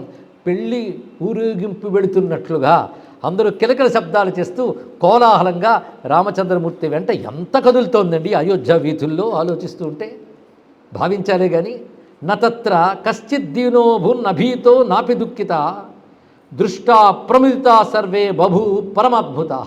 అక్కడున్న వాళ్ళల్లో ఒక్క వ్యక్తి కూడా దిగులుగా ఉండడం కానీ, భయంగా ఉండడం కానీ, దుఃఖంగా ఉండడం కానీ లేదు. అందరూ ఎలా ఉన్నారంటే ప్రముదితా, పరమానందంగా ఉన్నారు, ఆశ్చర్యకరంగా ఉన్నారు. ఎందుకంటే ఎంత కాదన్నా పరంధామానికి నేను తీసుకువెళ్తాం, ఈ శరీరం విడిచిపెట్టాడు ఎవడు ఒప్పుకుంటాడండి. ఎందుకంటే బ్రతుకున్నంతకాలం ఉందో లేదో డౌట్తోనే బతికాం, అంతే కదా. రిటైర్ అయ్యాం కనుక ఇంక ఈ లోకంలో యాక్టివ్గా తిరగలేకపోయాం కానీ అది ఉందేమో అని భ్రాంతితో కాలక్షేపం చేస్తున్నాం. అది ఉందని నమ్మకం ఎంతమందికి ఉందండి చెప్పండి. ఇక్కడ పోతే అప్పుడైనా నమ్మకం ఉంటే అప్పుడైనా జాగ్రత్త పడతాం. కనుక అంత తేలిక కాదండి ఈ దేహాన్ని విడిచిపెట్టడం అనే ఒక నిష్ఠ. రామ సాంగత్య సంస్కారం చేత వాళ్ళందరికీ అది లభించింది. అందుకే వాళ్ళందరూ ఉత్సాహంగా బయలుదేరుతున్నారు రాముడి వెంట. ఆ దృశ్యాన్ని వర్ణిస్తున్నప్పుడు ఇది ప్రత్యేకంగా చెప్పడం ఏంటి, నతత్ర కశ్చిత్ దీనోభూత్ నభీతో నా అపి దుఃఖిత, ఎవడు దుఃఖం లేదు, భయం లేదు, దైన్యం లేదు, అలా వెళుతున్నారు. ప్రముదితా పరమాద్భుతా, ఎందుకంటే దష్టుకామాశ్చ నిర్యాణం రాజ్ఞో జనపదాస్తథా సంప్రాప్తాస్తేపి దృష్ట్వైవం మనస్వర్గాయ చక్రరే. రాముణ్ణి చూడాలి, రాముడితో పాటు వెళ్ళాలనే తహతకతో వాళ్ళందరూ వస్తున్నారు. అందులో కొన్ని వృక్షములు ఉన్నాయి, కొన్ని వానరులు ఉన్నారు, కొద్దిమంది రాక్షసులు ఉన్నారు. అలాగే పురవాసిన వీళ్ళందరూ ఆగత్య పరయాభక్త్యా పుష్టతస్సు సమాహితా, వీళ్ళు రాముడి వెనకాల ఉన్న వాళ్ళ వర్గాల్లో వీళ్ళందరూ ఉన్నారు. అంతేకాదు యాని భూతాని నగరే యంతర్ధానం గతాపి రాఘవం తేప్యనుయు స్వర్గద్వారముపస్థితం. ఆఖరికి మానవులు మాత్రమే కాదు, అయోధ్యలో ఉన్న తిర్యగ్జాతులు కూడా వెళ్ళేట. తిర్యగ్జాతులు అంటే పశువులు, పక్షులు, ఇవి కూడా వెళ్ళే. ఇంకొకటి, మనం ఉన్న ఊళ్ళల్లో కనబడుతున్నవి కాకుండా కనబడనివి చాలా ఉంటాయి. దాన్ని హనుమంతుడు సుందరాకాండలో అదృష్టా పథిగోచరాహ అంటాడు. కనబడకుండా ఈ మార్గమునందు ఎవరున్నారో వాళ్ళని భూతములను కూడా అంటారు, అంటే కనబడని దివ్యశక్తులు. అలాంటి యాని భూతాని నగరే యంతర్ధానం గతాపి, అంతర్ధానములు అంటే కనబడకుండా అయోధ్యానగరంలో ఉన్నటువంటి భూతగణములు కూడా ఆనందంతో రాముడి వెంట వెళుతున్నాయి. భూతగణములు మనకంటే గొప్పవేమో కానీ వాడికి పరంధామం ఎక్కడా. కనుక అవి కూడా రాముడి వెంట బయలుదేరిపోయాయి. కంటే అయోధ్యలో కనబడుతున్నవి కనబడనవి మానవులుగా మానవులే కనబడతారు, కానీ అక్కడ ఉన్నటువంటి జంతుజాలములు కూడా, పక్షుగణములు కూడా బయలుదేరిపోతున్నాయి. నాసీత్ సత్వం అయోధ్యాయాం సుసూక్ష్మభికించన. ఆ సమయంలో అయోధ్యలో క్రిమికీటకాలు కూడా లేవండి అన్నాడు ఇక్కడ. అంటే మనకంటే క్రిమికీటకాలు తక్కువ కానీ అవి జీవులేగా. ఇవాళ విర్రవీగే మానవుడు ఎన్ని క్రిమికీటక జన్మలెత్తి ఇక్కడికి వచ్చాడో, ఇంకెన్ని రెడీగా ఉన్నాయో మనకేం తెలుసు. ఇప్పుడు ఏవి అంతకంటే అవి పొందడానికి తగ్గ కర్మలన్నీ చేసి ఉన్నాం, కానీ అవి తర్వాత కూడా రాబోతున్నాయి. ఎందుకంటే అందుకే సర్వజీవ లక్షణాలు ఒకటి, ఆహార నిద్ర అభయమైతను సర్వజీవులకు ఒక. ఎందుకంటే జీవలక్షణాలు అది, ఉపాధులు మారినా గోళలు మాత్రం నాలుగే. ఇది ఆలోచించవలసిన అంశం. కానీ ఇవాళ ఈ ఉపాధి ఉంది, తర్వాత ఏమిటో తెలియదు. అందుకే రాముడు వెళ్ళేటప్పుడు అయోధ్యలో సుసూక్ష్మమైన ప్రాణి కూడా మిగిలి ఉండలేదు. అది ఇక్కడ, అదండి రాముడు అంటే. వస్తే వాళ్ళందరూ మోక్షం ఇచ్చేస్తాడా? ఇచ్చేస్తాడు. అది రామచంద్రమూర్తి యొక్క కారుణ్యం. తనను అంటి పెట్టుకున్న వాడిని తను విడిచిపెడతాడా? అసలే ధర్మమూర్తి. నాసీ సత్వం అయోధ్యాయాం సుసూక్ష్మమపి కించన యద్రాఘవం నానుయాతం స్వర్గద్వారం ఉపస్థితం. ఈ విధంగా రామచంద్రమూర్తిని అనుసరిస్తూ అధ్యర్థయోజనం గత్వా రాముడు అలా వెళ్ళి ఒక యోజనమున్నర నడిచి వెళ్ళి ఒక్కసారి వెనక్కి తిరిగి చూసేట వాళ్ళందరినీ, తను అనుగ్రహించబోయే వాళ్ళందరినీ చూసి సరయూం పుణ్యసలిలాం దదర్శ, పుణ్యసలిల అయిన సరయూ నదికి నమస్కారం చేసి ఇంకా తాను అడుగు పెట్టాలనుకుంటున్నాడు సరయూ నదిలో. పైన కలకలం వినబడింది.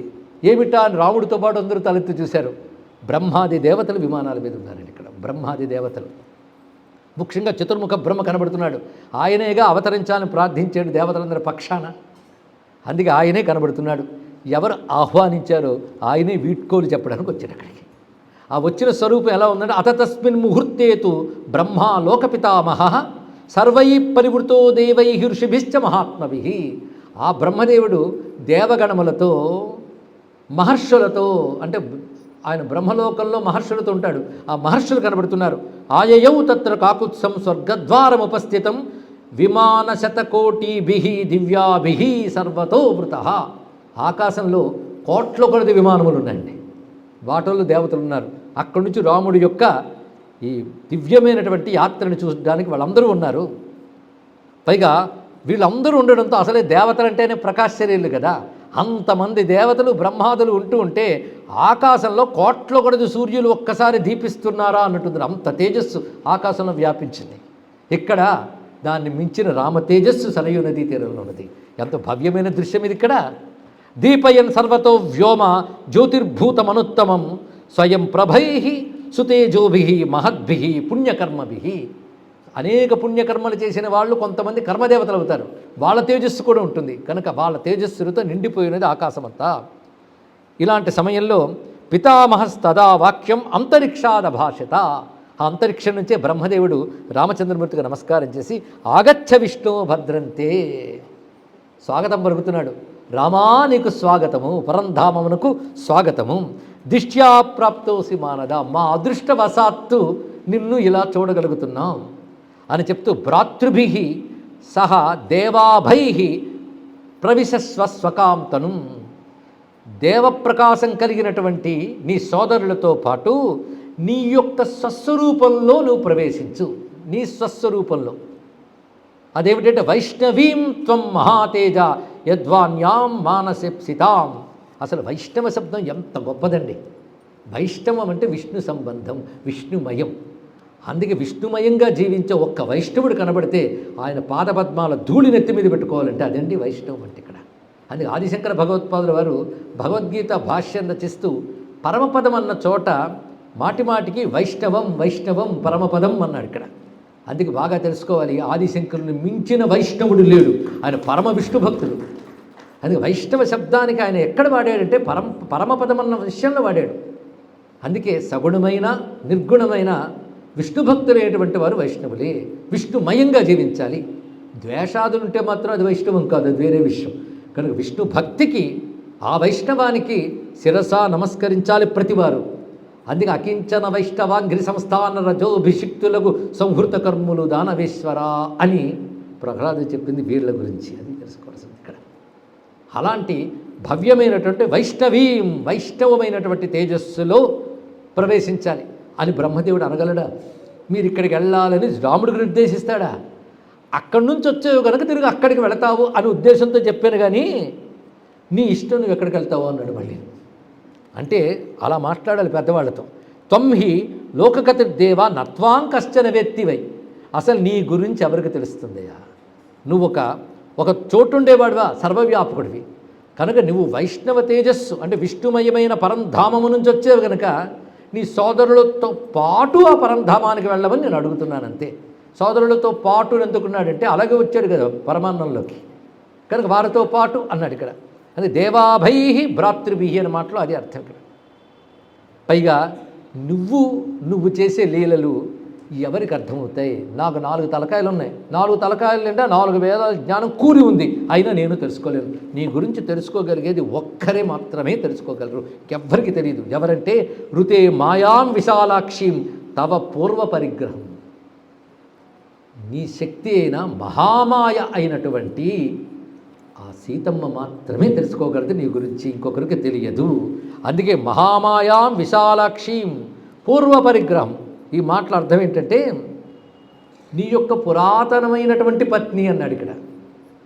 పురాతన పత్ని అంటే విష్ణువు ఎంత శాశ్వతుడో ఆయన శక్తి కూడా అంతే శాశ్వతం కనుక మహాలక్ష్మీదేవి నిన్ను ఆశ్రయించుకున్న శక్తి ఆవిడ. ఎలాగంటే దీపాన్ని కాంతి ఆశ్రయించినట్లు నిన్ను ఆవిడ ఆశ్రయించున్నది. శ్రీయతే ఇది శ్రీ, అందుకే ఆవిడ పేరు మహాలక్ష్మి. ఆశ్రయశక్తి, నీ యొక్క ఆశ్రయశక్తి. ఆవిడికి తెలుసు నీ గురించి పూర్ణముగా. ఆవిడ ముందే వెళ్ళి కూర్చున్నది అక్కడ. అంటే మనకు తెలియడానికి పక్కనున్న శ్రీ హ్రీ వేరు, ఆవిడ వేరు. ఆవిడ యొక్క విభూతులు ఈ రెండు కూడా. ఆవిడ మహామాయ అని గొప్ప శబ్దం వేశారు ఇక్కడ. ఆవిడే మహామాయ, ఆవిడే విశాలాక్షి, ఆవిడ నీ యొక్క విభూతి స్వరూపిణి, పూర్ణ విభూతి స్వరూపిణి. ఆవిడ నీ శక్తి, ఆవిడికి మాత్రమే తెలుసు నీ గురించి, నాకెక్కడ తెలుస్తుందయ్యా అన్నాడు. అంటే రాముడు అర్థం కావాలంటే సీతమ్మ కృప చూపించాలి. సీతమ్మ అర్థం కావాలని నేను అనలేము, అది అర్థం కాదు. అది ఆ మహామాయ ఎవరికి అర్థమవుతుందండి? అది మాయ అంటే ఏమిటయ్యా అంటే అర్థమైనట్టుంటుంది, అర్థం కాదు, దాన్ని మాయ అంటారన్నారు. అంటే ఏమిటంటే మరి అడగద్దు, చాలు ఆ మాత్రం. అలాంటిది మాయ, ఆ మహామాయా శక్తి ఆవిడ. అది ఆవిడికే తెలుసు. ఆవిడ మహామాయ అంటే ఇక్కడ అర్థం పరమాత్మ గురించి తెలిసిన మహామాయ, మనకి తెలియజేసే మహామాయ పేరు మహావిద్యాస్వరూపిణి. ఆవిడ మహావిద్య, విద్యాస్వరూపిణి అంటాం కదా, విద్యారూపిణి ఆవిడ. అని ఆ తల్లికి మాత్రమే తెలుసు. నేనెవర్నయ్యా, నీ లీలలు నువ్వు ఏ లోకములో ఏ లీలలో ఉంటాయో నాకెలా తెలుసు? త్వం హి లోకగతిర్దేవా నత్వాం కశ్చన వ్యక్తివై. నేనే కాదు ఏ ఒక్కడు నేను తెలుసుకోలేడు. ఋతే మాయాం విశాలాక్షిం తవ పూర్వ పరిగ్రహం త్వం అచింత్య మహద్భూతమక్షయం లోకసంగ్రహం యమిచ్చసి మహావీర్య తాం తనుం ప్రవిశస్వకం. నువ్వు ఎందులో ప్రవేశించాలనుకున్నావో అందులో ప్రవేశించు. ఇది చెప్పాడు బ్రహ్మదేవుడు. అదొకటి అనాలి, లేకపోతే నువ్వు చెప్పినట్టు వెళ్ళి అనకూడదు ఆయన. నేను చెప్పాను నాకు తెలిసిన మేరకు నేనే ఆహ్వానించాను కనుక నేను వీడ్కోలు పలుకుతూ చెప్పాలి. నువ్వు ఎక్కడికి ప్రవేశించదలుచుకుంటే అక్కడికి వెళ్ళు, నీకు ఇదే మార్గం అని చెప్పడానికి ఏమున్నది అని అనగానే పితామహస్య వచనాత్, ఆ మాటలు విని ఒక్కసారి రామచంద్రుడు చిన్న నవ్వు నవ్వి, నేను ఇప్పుడు ఎందులో ప్రవేశిస్తున్నాను చూడు, కానీ వెంట నన్ను అనుసరించి వచ్చారే వీళ్ళందరికీ తగిన లోకములు ఏర్పాటు చేయని చెప్పాడు విష్ణువు. ఆయన ఏం చేశాడు మన నారాయణ అంటే, దివ్యం తద్వైష్ణవం తేజ సశరీర సహానుజ తతో విష్ణుతనం దేవా పూజయంత సురోత్తమా సాధ్యా మరుద్గణాశ్చైవ సేంద్రా సాగ్ని పురోగమా ఏ చ దివ్యా ఋషిగణా గంధర్వాప్సరసస్తథా సుపర్ణా నాగయక్షాశ్చ దైత్యా దానవరాక్షసా దేవా ప్రహృష్టముదితా సర్వే పూర్ణమనోరథా సాధు సాధ్వితే సర్వే త్రిదివస్థా బభాషిరే. రామచంద్రమూర్తి తన పరంధామమైన మహావిష్ణు తేజస్సులోకి ప్రవేశిస్తున్నాడు, విష్ణుధామంలోకి సోదరులతో కలిసి. ఆ వెళుతున్నప్పుడు సాధ్యులు, ఇక్కడ ఒక్కసారి దేవతల పేర్లు వినండి, సాధ్యులు, మరుద్గణములు, ఇంద్ర అగ్ని ఇత్యాది దేవతలు, ఋషిగణములు, గంధర్వ అప్సరసాది జాతులు, సుపర్ణుడు, నాగజాతులు, యక్షజాతులు, దైత్యులు, దానవ రాక్షసులు, వీళ్ళందరూ కూడా సర్వే పూర్ణ మనోరథా. రామచంద్రమూర్తి అవతరించి వాళ్ళు అన్ని కోరికలు తీర్చాడు. అందుకే మొత్తం దేవతలందరూ సాధు సాధు జయ జయ అని అంటూ ఉంటే వాళ్ళ స్థుతులు అందుకుంటూ రామచంద్రమూర్తి సోదర సహితుడై ధామమైన తన వైష్ణవ తేజస్సులకు ప్రవేశించాడు రామచంద్రమూర్తి. అంటే ఏ విష్ణు తేజస్సు రూపంలో వచ్చిందో ఆ మూల విష్ణు తేజస్సులోకి వీరందరూ ప్రవేశించారు. అథ విష్ణుర్మహాతేజా పితామహమువాచ. అప్పుడు విష్ణువు మాట్లాడేట. అంటే ఇప్పుడు రాముడు ఏమయ్యాడు? విష్ణువు. కనుక రామభక్తులు ఎక్కడికి వెళ్తారు తెలుసుకోవచ్చు. ఆయన విష్ణువే కనుక విష్ణులోకానికే చేరతారు రామభక్తులు, కృష్ణ భక్తులు విష్ణులోకానికే. అయితే ఇంకో రకం పద్ధతి ఉందండి. ఉపాసన ఎలా ఉంటుందో కొంచెం తెలియాలి. ఉపాసన అనేది ఏకనిష్టగా తాగాలి. ఏకనిష్టతో అంటే ఆ పరమాత్మయే పరమార్థము అని ఇష్టదేవతా నిష్టతో ఉపాసన చేయడం ఒకటి ఉన్నది. అది చేసేటప్పుడు శాస్త్రం తెలిసిన వాళ్ళు ఏం చేస్తారంటే, నాకు ఈయన ఇష్టదైవం, ఇతర దేవతలు ఈయనకి వేరు కారు కనుక వాళ్ళని నేను ఆరాధిస్తాను, కానీ నా ఇష్టదైవం మాత్రం ఇదే. ఈ భావం చాలా మంచిదండి. నా ఇష్టదైవం తప్ప మిగిలిన వాళ్ళందరూ అని తీసి పారేసే భావం ఒకటి ఉందిలేండి, దాని గురించి ఎక్కడ ఎందుకు. కానీ అదే తత్వం తెలిసిన వారు అని చెప్పుకున్నాను. ఇక్కడ వాళ్ళు ఇష్టదేవత నిష్ట వదలరు, వాళ్ళకి ఇష్టదేవత నిష్ట ఉంటుంది, కానీ ఇతర దేవతల యందు సమబుద్ధి ఉంటుంది. పైగా ఆ ఇతర దేవతా భక్తులకి ఆ దేవత యందు ఇదే రకమైన నిష్ట ఉంటుంది కదా అని తెలిస్తే ఏ గొడవ లేదు. అంతేగాని మా దేవతకు సంబంధించిన పురాణాలే పురాణాలు, మిగిలిన ఏవైనా శివాది ప్రాధాన్యములు కనబడితే పుక్కిడి పురాణాలు అని అనడం ఉందే తప్పు. శివభక్తులు విష్ణు పురాణాలని పుక్కిడి పురాణాలని, విష్ణు భక్తులందరూ కలిసి శివపురాణాలను పుక్కిటి పురాణాలని, వాళ్ళు కలిసి గణపతి పురాణాలను పుక్కిటి పురాణాలని, వీళ్ళందరూ కలిసి శక్తి పురాణాలను పుక్కిటి పురాణాలంటే పురాణాలే పుక్కిటి పురాణాలు అయిపోతే ఏవి మిగలవు తెలుసుకోండి. అవి పెద్ద పాండిత్యం వచ్చినట్టు ప్రతి వాళ్ళు మాట్లాడారు మీ దీని గురించి. కనుక ఎవరి దేవతా భక్తులకి ఆ దేవతా గ్రంథములు ప్రమాణములు, ఇందులో సందేహం లేదు. ముందు తెలుసుకోవాలి, ఎందుకంటే స్పష్టం చేయవలసిన అవసరం కూడా ఉంది కదా. ఆ దేవతా గ్రంథములు వారికి ప్రమాణములు అంతే. అలాగే ఇతర దేవతా భక్తులకి వారి గ్రంథములు కూడా ప్రమాణములే అని ఒక బుద్ధి నీకుంటే, వాళ్ళను అవమానించితే వాళ్ళు వచ్చి నిన్ను అవమానిస్తారు. దానికి సిద్ధపడితేనే నువ్వు మాట్లాడతాడు. కనుక శివుణ్ణి ఎలా ఆనందించాలో ఈ విష్ణు భక్తులు అనిపించుకునే వాళ్ళు చేస్తూ ఉంటే, విష్ణువుని ఎలా ఆనందించాలో వాళ్ళు చేస్తే ఇద్దరిని ఎలా ఆనందించాలో పక్కవాడు నేర్చుకుంటాడు. ఇది ప్రమాదకరం. వాళ్ళు కలిసి మొత్తం హిందూ మతం మీద దుమ్మెత్తిపోస్తారు. కనుక ఇక్కడ శివనింద చేసినందుకు మనం గట్టిగా సమాధానం చెప్పామంటే మన శైవములను కాదు అర్థం. ఇక్కడ విష్ణునింద చేస్తే ఇంత గట్టిగానే లేస్తాం, అది తెలుసుకోండి ఇక్కడ. కనుక పరమాత్మే శివ విష్ణువాది రూపములుతున్నారు. ఇందులో ఏ దేవతారాధనని కించపరిచినా సహించేది లేదు అనేవాడు నిజమైన హిందువు, నిజమైన వైదిక మతస్థులు. ఇది ప్రతి వాళ్ళు తెలుసుకోవాల్సిన అవసరం ఉంది. ఇది గ్రహించక నేను శివుడు గొప్పతనం కనబడితే నేను పుక్కిడి పురాణం అనిపించిందా? ఏ బేసిస్తో పుక్కిడి పురాణం అన్నావు? ఇంకొక మాట ఉందండి, చాలామంది పెద్దవాళ్ళకు కూడా తెలియాల్సిన అవసరం వచ్చింది కనుక ఇదే వేదిక మీద తెలియజేస్తున్నాం. అనుబంధ ప్రశ్న అంటారు దీన్ని. అందుకోసం తామస పురాణాలు, సాత్విక పురాణాలు, రాజస పురాణాలు 3 రకాల పురాణాలు ఉన్నాయట. అందుకే శివ సంబంధమైన పురాణాలన్నీ తామస పురాణాలట, విష్ణు సంబంధమైన సాత్విక పురాణాలట, మరికొన్ని రాజస పురాణాలట. ఎవడు చేసేట్టు ఈ విభాగం? ఇలాంటి వేద విరుద్ధమైన వాటే ప్రక్షిప్తాన్ని అనాలి. ఇది తెలుసుకోండి. ఇక్కడ అసలు తామస స్థితిలో పురాణం రాసే జ్ఞానం వస్తుందా? అది కూడా తెలియాలి. ఇక్కడ తామసంలో జ్ఞానం ప్రకాశించదు, ఏ జ్ఞానము ప్రకాశించదు, దాన్ని తామసం అంటారు. పురాణములు తామసముల, వేద ప్రామాణ్యాన్ని మనకు చెప్తూ వస్తున్న పురాణముల్ని తామసములు అనొచ్చు కదండి. ఎవరి తామస స్థితిలో ఈ పురాణాలు వచ్చాయి? ఇది ఆలోచన. బ్రహ్మ తామస స్థితిలో వచ్చాయా, వ్యాసుడు తామస స్థితిలో రాశాడా? తప్పు కాదు ఈ మాట్లాడడం. ఈ ఖండన ఇవాళ ఈ వ్యక్తి ఈ సభలో చేయట్లేదు. శాస్త్ర ప్రమాణంగా అప్పయ్య దీక్షితుడు అనే మహానుభావుడు ఈ తామస, రాజస, సాత్విక విభాగాలు చేసి శివ నిందాలు మొదలైనవి చేసేవాళ్ళు గట్టిపాటని చెప్పాడు మహానుభావుడు. వీలైతే ఆయన గ్రంథాలు చదువు మాట్లాడాడు. ఇక్కడ శివతత్వ వివేక నిర్ణయం మొదలైన గ్రంథములు రచించుతూ ఆనాడు శివదూషణాపరులై తిరుగుతూ ఈ రాజస, తామస, సాత్వికని వాళ్ళకే సంస్కృతం వచ్చు కనుక లేనిపోని శ్లోకాలు కల్పన చేసి చెప్పినది అవి పుక్కటి పురాణం.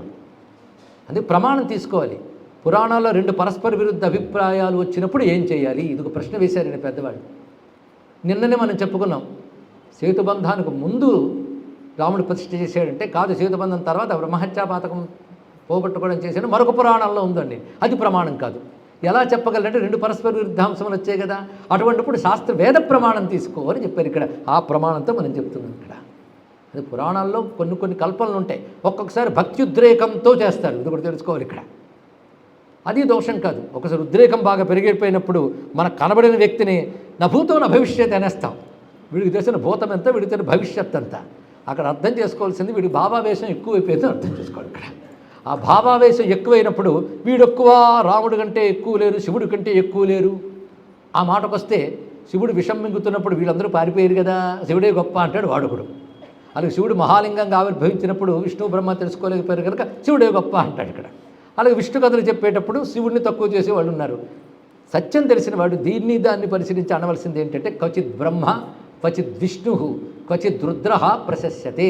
ఒకచోట బ్రహ్మ, ఒకచోట విష్ణువు, ఒకచోట రుద్రుడు వారి వారి ప్రశస్తి కనబడుతుందే తప్ప అది ఇంకొకరిని నిందించడం కాదు. నహి నిందా న్యాయం. ఇంకొకటి ఆయా దేవతా భక్తులకు ఆయా దేవతల యందు శ్రద్ధని మరింత వృద్ధి చేయడం కోసం, బలపరచడం కోసం వృత్తాంతములు చెప్పబడ్డాయే కానీ ఇతరులను నిందించడం కాదు. ఇవి పురాణ హృదయం అర్థం చేసుకోవాలి. అది ఇవాళ మీరు నేను వాదించుకుంటూ యూట్యూబ్లో గొడవలు పడడం కోసం ఇది రాలేదు. ఇలాంటివి మనం పుట్టకముందు ఎప్పుడూ జరిగే గోళ్ళు. వాటికి వేద ధర్మ ప్రతిష్టాతలు తత్వజ్ఞులు చెప్పిన సమాధానాలు మనం ఇప్పుడు చెప్పుకున్నాం. ఇది తెలుసుకోవాల్సింది. ఈ భావంతో ఇవన్నీ గ్రహించవలసిన అవసరం ఉన్నాయి.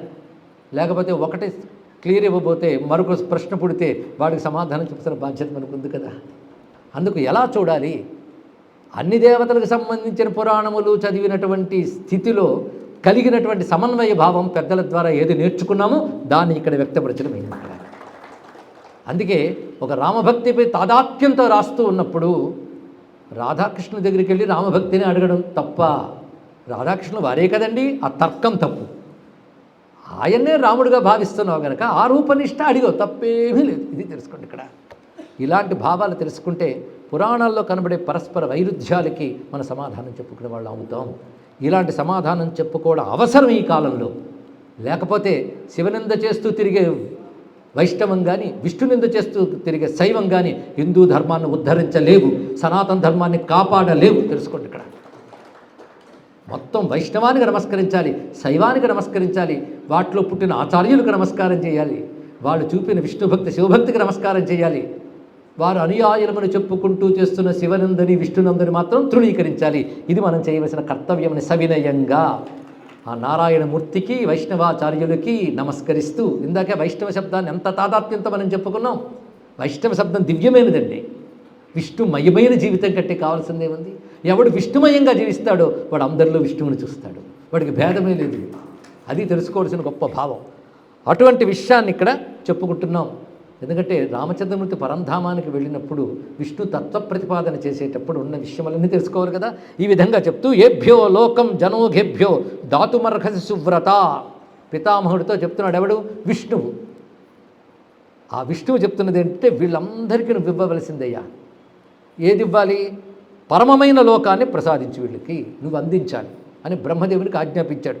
ఇమేతు సర్వే మత్స్నేహాదాగతా సగబాంధవా, వీళ్ళందరూ నన్ను వదలలేకొచ్చారయ్యా, నా మీద అంత స్నేహం చూడు. ఇంత పిసరు ప్రేమ చూపించినా గుర్తుపెట్టుకునేవాడు భగవంతుడు ఒక్కడే మాత్రమే. తెలుసుకోండి, ఇక్కడ మీకు ఎంత ప్రేమ చూపించండి, ఈ పనికిమాలిన ఈగోలు ఉంటాయే, రోషాలు, పౌరుషాలు, వాడు రాముడు లేడు, గురువు లేడు, అలాంటి పౌరుషాలకు పోయి అహంకరించే వాళ్ళకి భగవంతుడు కొన్ని జన్మల దూరంలో ఉంటాడు. తెలుసుకోండి, ఇక్కడ ఎంత అహంకారం అండి ఈ దేహాది ఉపాధుల మీద. నన్ను అంటారా, నన్ను తక్కువ చేస్తారా, ఇలాంటి వాళ్ళకి ముక్తి దూరం. తెలుసుకోండి, ఇక్కడ పరమాత్మతో స్నేహం ఉంటే ఇవన్నీ ఉంటాయా? అల్లవాడు ఏదో అన్నాడు కనుక నేను రాముడి దగ్గరికే రానన్నానంటే ఇంకా వాడు ఎటువంటి వాడండి? వాడికి రాముడి దగ్గరికి ఏ జన్మలోనే వెళ్ళలేడు. తెలుసుకోండి, ఇక్కడ వీళ్ళు రాముడితో తప్ప మరి దేనితో స్నేహం లేని వాళ్ళు. అందుకే మస్నేహాదాగత. అందుకే ప్రపంచంలో మీరు ఎంత ప్రేమ చూపించండి, చిన్నగా ఎప్పుడు ఆవేశపడి ఒక మాట అన్నా మొత్తం కుండబద్దలు కొట్టేస్తారు. కానీ నువ్వు ఎంత ప్రేమ చూపించినా, పొరపాటు చేసినా పక్కన పెట్టే నీ ప్రేమను గుర్తించేవాడు కేవలం రాముడు మాత్రమే, భగవంతుడు మాత్రమే. ఈ విషయం నేనలేదు, వాల్మీకి అన్నాడు.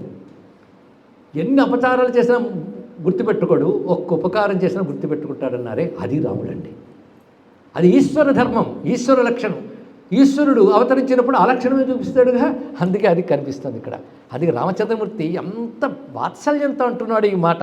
ఇమేతు సర్వే మత్స్నేహాదాగతా, నా స్నేహంతో వచ్చారు. సహ బాంధవాహ, వాళ్లే కదా, వాడు చుట్టాలందరినీ తీసుకొచ్చారు చూసావా. అది భక్తాశ్చ ప్రీతిమంతశ్చ త్యక్తాత్మానోపి సర్వత. వాళ్ళు తాము తమవి అనిపించుకున్నవి కూడా విడిచిపెట్టి నలుగురికి వచ్చారు. ఒక్కడేని విడిచిపెట్టడానికి సిద్ధమండి? తన ఆస్తి కానీ, తన రూపాయి కానీ, తన శరీరం కానీ విడిచిపెట్టడానికి ఎంతమంది సిద్ధపడతారు? అలాంటిది అన్నీ విడిచిపెట్టి వచ్చారు. చూడు, గొప్ప విషయం. ఇది చిన్న విషయం కాదండి. ఎవడు మాయని జయిస్తాడో వాడే అన్నీ విడిచిపెట్టగలడు. ఈ సూత్రం గుర్తుపెట్టుకోండి. నేను లేదు ఈ మాట. వామనుడు అంటాడు త్రివిక్రముడైనప్పుడు, బలిచక్రవర్తిని ఉద్ధరించిన తర్వాత అందులో వచ్చి బలిచక్రవర్తి ఏం త్యాగం చేశాడు? దానం చేస్తే మొత్తం ఇచ్చేస్తాను తెలిసినా చేశాడు అంటే ఆయనే తెలివైనవాడు అన్నాడు. ఇక్కడ ఏదైనా ఎవరూ జయించని మాయను జయించేది చూసేవా అన్నాడు. అంటే తనది కానిది తనది అని పట్టుకు వేలాడే వాళ్ళందరూ మాయను పట్టుకుంటారు. ముల్లోకాలకు అధిపతి కూడా ముల్లోకాల్ని ఇచ్చేశాడు, తనని ఇచ్చుకున్నాడు. ఎవడయ్యే చేయగలడు ఇలాగా? అని మాయను జయించాడు. ఆ మాటను గుర్తు చేస్తున్నాడు. వీళ్ళందరూ భక్తాశ్చ ప్రీతిమంతశ్చ త్యక్త ఆత్మానోపి సర్వసహ, అన్ని విధాలా తమని తమవి రెండూ కూడా విడిచిపెట్టి వచ్చినటువంటి వారే కనుక వీరికి ఇవ్వాల్సింది ఇవ్వన్నాడు. ఇవ్వాల్సింది అంటే బ్రహ్మద డిసిషను. అంటే బ్రహ్మదేవుడు ఏది ఇస్తే అది వాళ్ళకి కాదు. బ్రహ్మకి చెప్తాడు ఏమి ఇవ్వాలో, తాను సంకల్ప రూపంలో ప్రేరణ రూపంలో చెప్తాడు. అప్పుడు బ్రహ్మదేవుడు అన్నాడు ఏమి ఇవ్వాలి వీళ్ళకి ఆలోచిస్తున్నాడు. భక్తులు చూస్తే బ్రహ్మదేవుడికి కూడా కొంచెం కించిత్ అసూయ వస్తుంది. ఎందుకంటే ఇంత భక్తి నాకు లేదే అని.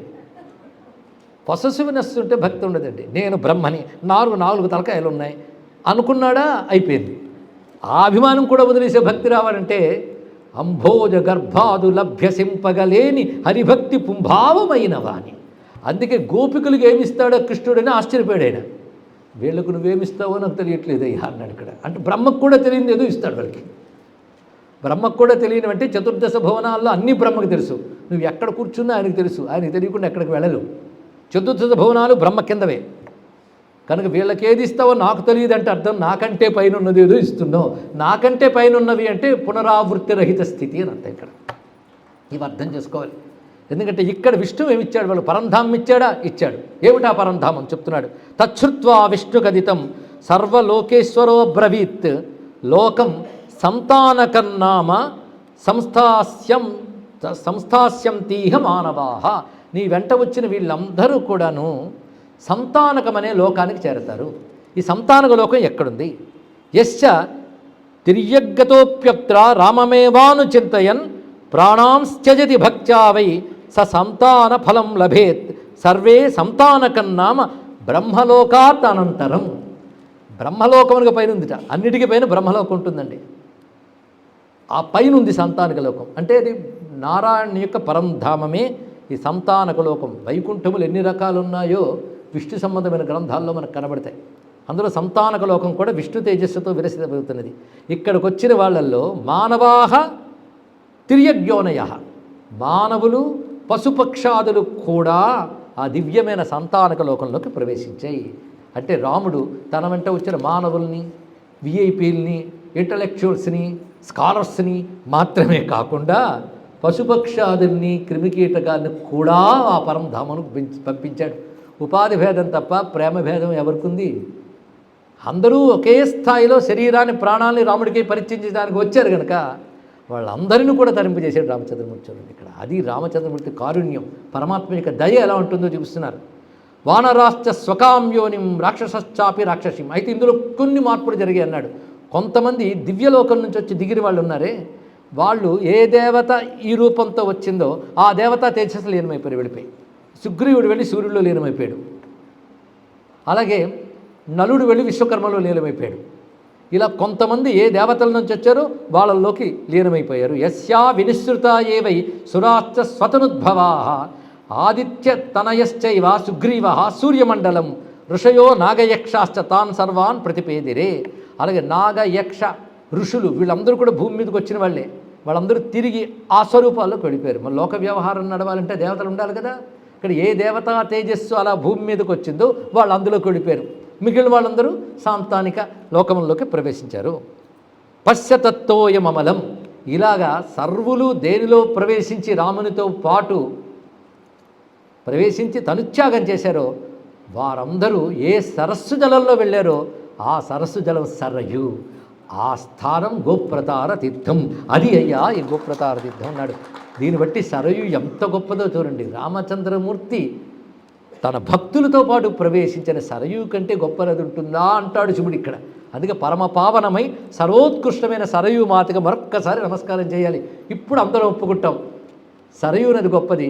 సరయూ నదిలో గోప్రతార తీర్థాన్ని మించిన తీర్థం లేదని ఒప్పుకుని తీరాలి.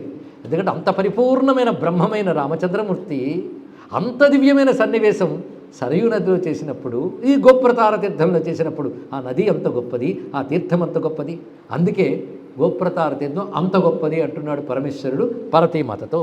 పశ్యతత్తోయమమలం దేవలోకముపాగతా తస్మిస్తత్ర సమాపన్నే వానరా వృక్ష రాక్షస. దివ్యలోకాలకు పంపించగలిగే శక్తి సరయూకి ఎందుకుందంటే అది అక్కడి నుంచో వచ్చింది కదా అన్నాడు. అంటే ఎక్కడి నుంచి వచ్చింది? దివ్యలోకాలు కావాలన్న నారాయణుని యొక్క నేత్రకమలం నుంచి వచ్చింది. కానీ నేత్రకమలం నుంచి వచ్చిన సరయు, పాదకమలం నుంచి వచ్చిన గంగ, ఈ రెండూ కూడా విష్ణు స్వరూపాలే. అందుకే సరయు గంగా జలాలని నీటి బిందువులనొద్దు, అది గోవింద రూపములు. నారాయణుడే జలరూపంలో ఉన్నాడని తెలుసుకో అని ప్రస్తావన చేస్తూ అతస్తద్ గోప్రతారాఖ్యం తీర్థం విక్షాతి మాగతం. గోప్రతారే పరో మోక్ష తాదృక్ తీర్థం న విద్యతే. ఏ తీర్థములైనా పుణ్యలోకాలు ఇవ్వచ్చు, పాపాలు పోగొట్టవచ్చు, క్రమశః మోక్షాన్ని ఇవ్వచ్చు. కానీ భక్తితో మునిగితే సరయు మోక్షాన్ని ఈ జన్మలోనే ఇస్తుంది. అది దాని యొక్క లక్షణం. భక్తితో మునిగితే అది సకామంగా దానాదులు చేస్తే పుణ్యలోకాలు వస్తాయి. జన్మాంతర శతైర్వాపి యోగోయం యది లభ్యతే. అయితే అంత తేలిగ్గా సరయు ప్రాప్తి జరగదు. జన్మాంతర కొన్ని వందల కొలది జన్మల తర్వాత, ఇంకా చెప్పాలంటే తీర్థం సహస్ర శతసో జన్మన, వందలు అంటే అనంతం, వేల కొలది లక్షల కొలది జన్మలు ఎత్తితే వాటన్నిట్లో పుణ్యాలు చేస్తే ఆ పుణ్య విశేషం ఉంటేనే సరయూ జలం లభ్యమవుతుంది, ఈ సరయూ తీర్థం లభ్యమవుతుంది. అందులో గోప్రతారం నసందేహో హరిభక్త్యా స్వనుష్ఠితై ఏకేన జన్మనాన్యోపి యోగం మోక్షంచ విందతి. విష్ణుభక్తి కలిగి ఉంటే హరిభక్త్యా అనుష్ఠితై, హరిభక్తి ఉందండి అంటే సరిపోదు, నిత్యానుష్ఠానంలో హరిభక్తి ఉన్నట్లయితే ఆ ఒక్క జన్మలోనే విష్ణు ప్రాప్తి ఇచ్చి తీరుతుంది ఈ సరయూ నది. అటువంటిది ఇది. గోప్రతారే నరో దేవి యస్నాతి సువినిశ్చితం సయాతి పరమం స్థానం యోగినామపి దుర్లభం. అంతేకాదు యోగము మోక్షము కూడా ఇక్కడ దొరుకుతుంది. యోగం మోక్షం చ విందతి అన్నాడంటే అర్థం ఏంటంటే ఏ సాధన పరమాత్మ కోసం చేస్తున్నామో అది యోగం, ఆ సాధన పరిపూర్ణంగా చేసేట్టు చేస్తుంది, మోక్షాన్ని ఇస్తుందని చెప్పడం యోగం మోక్షం చ విందతి. ఇది తెలుసుకోవాల్సినది. అలాంటి ఇక్కడ ఎప్పుడూ గొప్పదే కానీ కార్తీక మాసం చాలా విశేషం సుమా.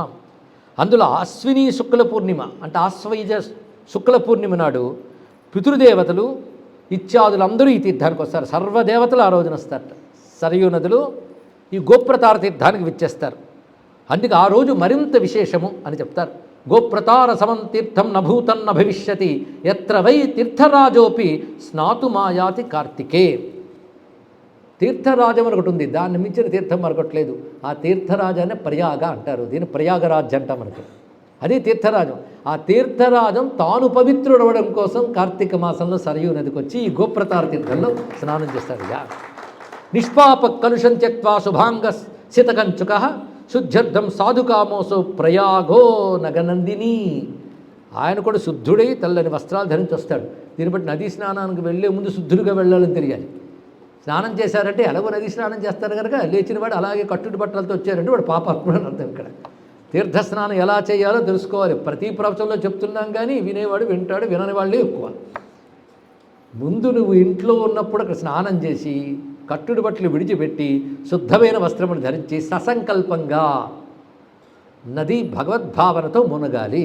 మునకలు వేయడమే తీర్థస్నానం, కానీ ఈత కొట్టడం, సబ్బులు రాసుకోవడం, బట్టలు పిండడం ఇవి తీర్థస్నానం కావు. అవి చేస్తే తీర్థాపచారములు అవుతాయి, తెలుసుకోండి. అదే మేము కుంభమేళాలకు వెళ్ళి అక్కడ బ్రష్ చేసేవండి, అక్కడ షాంపూ స్నానం చేసి ప్యాకెట్లు అక్కడే పారేసేవండి, సబ్బు రుద్దుకున్నామండి. అంటే మహాకుంభ సమయంలో ఇంత పాపాలు చేసేవారు అక్షయ నరకాలకు వెళతామని చెప్పారు వాడికి. ఇది తెలుసుకోండి. అసలు ఇలాంటి విషయాలు ప్రజల్లోకి వెళ్ళాలండి. విష్ణువు గొప్ప, శివుడు గొప్ప అని ముక్కలు కట్ చేసి పంపించడం, గోళాలు చేయడం చేస్తున్నాం, కానీ ఇలాంటి విషయాలు ప్రజల్లోకి వెళ్ళాలి, ప్రజల్లో మార్పు తేవాలి. ఎందుకంటే పాపం తెలియక చేస్తున్నారు. పాపాలు చేయకండి అని చెప్పాలి కదా, అందుకు చెప్పుకుంటున్నాం. కనుక తీర్థస్నానం ప్రయాగరాజు ఈ విధంగా వెళతాడు. స్నానం ఎలా వెళ్తున్నాడు? నిష్పాప కలుషం త్యక్వా శుభాంగ శితకంచుక శుద్ధ్యర్థం సాధుకామోసో ప్రయాగే నగనందిని. నగనందిని అంటే పర్వతరాజపుత్రి. ఈ విధంగా ప్రయాగరాజు వెళ్తాడు. యాని కాని చ తీర్థాని భూమో దివ్యాని సర్వస కార్తిక్యాం తాని సర్వాణి గోప్రతారే వసంతి వై. భూమి యందున్న సర్వతీర్థములు కూడాను కార్తీక మాసంలో సరయూ నదిలో ఉన్న గోప్రతార తీర్థంలో వచ్చి చేరతాయి సుమా. గోప్రతారే జపో హోమ స్నానం దానంచ శక్తిత. తీర్థానికి వెళ్ళినప్పుడు ఉండవలసింది ఓపికండి, శ్రద్ధ, తొందరపాటు పనికిరాదు. అక్కడ కూర్చొని జపం చేసినా, హోమం చేసినా, స్నానం చేసినా, దానం చేసినా సర్వమక్షతయా అక్షయతాం యాతి శ్రద్ధయా నియతవ్రతే. శ్రద్ధగా నియమబద్ధంగా చేస్తే అటువంటి ఫలితం లభిస్తుంది సుమా అని దీని మహిమ చెప్పి, గోప్రతారం గొప్పది, అందులో కార్తీక మాసం చాలా గొప్పది అని చెప్తూ, గోప్రతార స్నానం చేసిన వెంటనే ఏం చేయాలి అంటే, గోప్రతారే నరస్నాత్వా దృష్ట్వా గుప్తహరిం విభుం. అక్కడున్న గుప్తహరిని దర్శించాలి. సర్వపాపై ప్రముచ్చేత నా అత్ర కార్య విచారణ.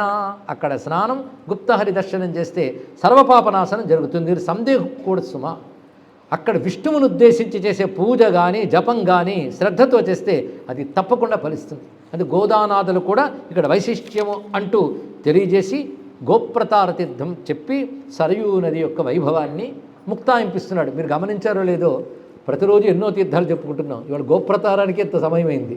ఈ ఘట్టం వింటే సముచితమైన మీరే అంటారు, అంత గొప్ప ఘట్టం కదా జరిగింది ఇక్కడ. బ్రహ్మద్రవిమం భద్రే నాస్త్యస్యా ఉపమా క్వచిత్. దీని పేరు బ్రహ్మద్రవము. మొదలప్పుడు చెప్పాడు కదండి, గుర్తు చేసాడు, తప్పేముందండి ఇక్కడ. కనుక ఇది బ్రహ్మద్రవము. దీనితో పోల్చి మరొకటి చెప్పరాదు సుమా. ఎందుకంటే యస్య పాదతలాజ్జాత గంగా భాగీరథి క్షితో. స్వామి పాదతలం నుంచి వచ్చిన గంగ పవిత్రమైనది అని చెప్తున్నామే, అదేవిధంగా ఇది సాక్షాత్తుగా నారాయణో నామ్నా రమ, నారాయణుని యొక్క నేత్ర సముద్భవ, నేత్రము నుంచి వచ్చిన సుమా. ఎత్ర నారాయణో నామ్నా రామస్నాస్యతి సర్వదా. అప్పుడెప్పుడో గోప్రతార తీర్థంలో రాముడు మురిగినట్టు కనబడింది, కానీ నారాయణ రూపుడైన రాముడు ఆయన అయోధ్యలో స్నానం చేసిన చోటు సరయూ నదిలో గోప్రతారము తరచు కూడా. అందులో జలక్రీడలు ఆడేబట్ట రామచంద్రమూర్తి. సరయూ నదికి వచ్చినప్పుడు అది తెలుసుకోవాలండి. రాముడు స్నానమాడిన నీరు అని భావం కలగగానే నీ జీవుడు స్నానమాడిన రాముడితో కలుస్తాడు, నీ ముక్తి లభిస్తుంది. అంతేగాని ఇక్కడ భరతుని కలిశాడు రాముడు, ఇదేమిటది అదైతే ఇలా ఉంటుందా అని పెదవి చిట్లించాడు అనుకోండి, ఇప్పుడు రాముడితో కనెక్ట్ కావట్లేదు, మట్టితో కనెక్ట్ అవుతున్నాడు అక్కడ. అదే పుణ్యతీర్థముల యందు అప్పుడు జరిగిన దివ్య ఘట్టములు సూక్ష్మ రూపములో ఉంటాయి, వాటితో సాధకుడు అనుసంధానం అవుతాడు. అందుకే బృందావనంలో రోటికి కట్టపట్ట కృష్ణుడిని చూసిన వాళ్ళు ఉన్నారు. ఏమిటంటే ఇప్పుడు రోటికి కట్టపడి ఉంటాడే ఏమిటి, ఆ రోడ్డు ఇంతవరకు ఉంటుందా, కృష్ణుడు ఇప్పటి వరకు ఉంటుందా? ఆ మాటకు వస్తే భాగవతంలోనే చదివాం, అక్కడి నుంచి బయటకు వచ్చాడు, మధురికి వెళ్ళాడు, ద్వారకి వెళ్ళాడు, కానీ ఇంక ఉంటాడేమిటండి అంటే నీకు ఉండడు, సందేహం లేదు. కానీ ఆ లీలను భావించిన మహాయోగులకి లీల చేసి చూపిస్తాడు. ఆయనకు కష్టమా? ఆయన అవసరమైతే చీమ కోసం కూడా బ్రహ్మాండాలు సృష్టించగలడు, నీ కోసం మళ్ళీ ఆ లీల చేయగలడు కనుక భక్తులకి ఆనాటి లీలలు నిత్య లీలలే. ఇది తెలుసుకోవాలి. భక్తి అర్థమైతే ఇది అర్థమవుతుందండి. అది అర్థం కాకపోతే నువ్వు లేనిపోని లాజిక్కులు తెస్తే పరమాత్మే అర్థం కాడు. వాదో నావలంబ్య తర్క అప్రతిష్ఠ అన్నారు. ఇంక చెప్పడానికే ఉన్నది. బ్రహ్మద్రవం పునశ్చాత్ర చిక్రీడే రాఘవ స్వయం. చిక్రీడే, ఇక్కడ రాముడు ఆడుకున్నాడు అని శివుడు ఎంత పరవశంతో చెప్తున్నాడు. స్వయంగా రాముడు ఆడుకున్న చోటు. కైరస్య లభ్యతే పారహ శాస్త్రత స్థూల దృష్టిభి. గొప్ప మాట అన్నాడు. స్థూల దృష్టి కలవారికి ఇది ఎలా తెలుస్తుంది చెప్పు అన్నాడు. శివుడే అన్నప్పుడు నేను పర్వాలేదు. స్థూల దృష్టి ఉన్నవాడికి ఇది ఎలా తెలుస్తుంది చెప్పు అన్నాడు. స్థూల దృష్టి అంటే పదార్థాన్ని పదార్థంగా చూడడం స్థూల దృష్టి, అక్కడున్న దివ్యత్వాన్ని చూడడం సూక్ష్మ దృష్టి. కనుక స్థూల దృష్టితో భౌతికవాదం చేసి నేను చాలా గొప్పవాడిని అనుకుంటే వాడు మూర్ఖుడిని శాస్త్రం చెప్తుంది. అయ్యా, సూక్ష్మ దృష్టి కలవాడి నిజమైన జ్ఞాని. అందుకే భౌతిక శాస్త్రం అంటే స్థూల దృష్టి, అది అరకొర జ్ఞానం. దివ్య జ్ఞానం సూక్ష్మ దృష్టి, అది సంపూర్ణ జ్ఞానం. అది ఉన్నవాడికి అర్థమవుతుందని శివుడు అన్నాడు ఇక్కడ. అందుకే కైరస్య లభ్యతే పారహ శాస్త్రత స్థూల దృష్టిభి. స్థూల దృష్టి కలవారు దీన్ని పొందలేరని శాస్త్రం చెప్తున్నది కదా అని చెప్పాడు ఇక్కడ. అని శంకరుడు చెప్పగానే చాలా సంతోషించింది ఆ తల్లి. మరొక్క మాట, అందరినీ స్వర్గానికి తీసుకెళ్ళాడన్నారే, రాముడికి పూర్వం కూడా 2 రాజులు అందరినీ స్వర్గానికి తీసుకెళ్ళాడని విన్నాను, అది చెప్తావా అని అడిగింది. చెప్తున్నాడైనా. వాళ్ళిద్దరూ మాత్రం స్వర్గానికి తీసుకెళ్ళారు, ఈయన అక్కడికి తీసుకెళ్ళలేదు. ఈయన స్వర్గానికి తీసుకెళ్ళాలంటే పరంధామానికి తీసుకెళ్ళాడు రాముడు. వాళ్ళిద్దరు మహానుభావులు, వాళ్ళిద్దరిని స్మరించితే చాలా పాపాలు పోతాయి. ఇక్ష్వాకువంశ ప్రభువులు 2 ఉన్నారు, వాళ్ళిద్దరు గురించి ఇక్కడ చెప్తున్నాడు శివుడు. మొదటివాడు ఐక్ష్వాకవో హరిశ్చంద్ర ఆసీత్ త్రేతాయుగే పుర. రాముడు త్రేతాయుగం వాడే, కానీ త్రేతాయుగం చివర. త్రేతాయుగే పుర, త్రేతాయుగంలో మొదటి దశలో ఉన్నవాడెవడు? హరిశ్చంద్ర మహారాజు. పేరు చెప్తేనే, పేరు వింటేనే పాపాలు పోతాయి. అలాంటి హరిశ్చంద్రుడు ధర్మాత్మా పృథివీపాల ప్రోల్ల సత్కీర్తివర్ధన అని. ధర్మాత్ముడు, ఈ భూమిని అంతటి పాలించినవాడు, వికసించిన కీర్తి కలిగినవాడు.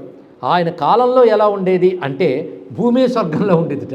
అందుకే వాళ్ళకి వేరే స్వర్గం వెళ్ళాలని వాళ్ళు అనుకోలేదు. ఉత్తమ పాలకుడు పాలిస్తే ఆ ప్రజలు మళ్ళీ స్వర్గలోకానికి వెళ్ళాలని అనుకోరు. పాలన ఎలా ఉంటుంది ఇక్కడ అలా చూపించేట.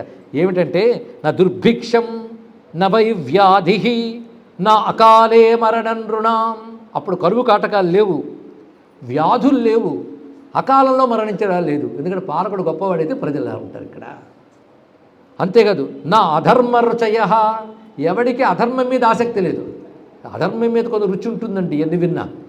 ఏదో వింటున్నసేపు నోరు కట్టుకుంటాం కానీ తర్వాత రుచులు పోతాయా? రుచి అంటే మనస్సుకు కూడా, అధర్మం మీదే మనసుకు వెళ్ళిపోతుంటుంది. కానీ ఆ కాలంలో అలా లేదు, ఎవరికి అధర్మ రుచి లేదు. పౌరాహ తస్మిన్ శాసతి పార్థివే. ఆ రాజు పాలిస్తున్న కాలంలో ప్రజలు ఇలా ఉండేవారు. నా ఆధయో వ్యాధశ్చేవ నా అన్యాయైర్ ఆర్జితం ధనం. అప్పుడు ఆది వ్యాధులు రెండూ లేవు. ఎందుకు ఎన్నున్నా మనసు బాగుండదు కొందరికి, ఆ వికారాలు కూడా లేవు. అందరూ మనస్సు కూడా చక్కగా ఉన్నది. మనోవ్యాధుల్లో శరీర వ్యాధులు లేవు, పైగా అన్యాయార్జితములు లేవు. ఎంత గొప్ప మాట అండి. ఇలాంటివి చెప్పిన భారతదేశంలోనే అవినీతి సొమ్ము ఎక్కువని వినడానికి సిగ్గేస్తుంది. ఎందుకంటే ఇవి వినలేదు సరిగ్గా, అందుకు బాధ. అన్యాయార్జితాలు ఎవరికీ లేవు. హరిశ్చంద్రస్య రాజర్షైరేవ ఏవం రాజ్యం బభూవ. ఇలా రాజర్షి అయిన హరిశ్చంద్రుడు పాలిస్తున్నప్పుడు ఈ రాజ్యం ఉన్నది. ఆ మహానుభావుడు రాజసూయ యాగం చేసినవాడు, సామాన్యం కాదు. రాజసూయ యాగం చేయడం అంత తేలిక కాదు. అని హరిశ్చంద్రుడు శాశ్వత స్వర్గలోక నివాసి. స్వర్గలోకంలో కూడా శాశ్వతంగా ఉండడు. హరిశ్చంద్రుడు శాశ్వత స్వర్గలోక నివాసి. ఇంద్రుడు మారుతారు కానీ హరిశ్చంద్రుడు మారట.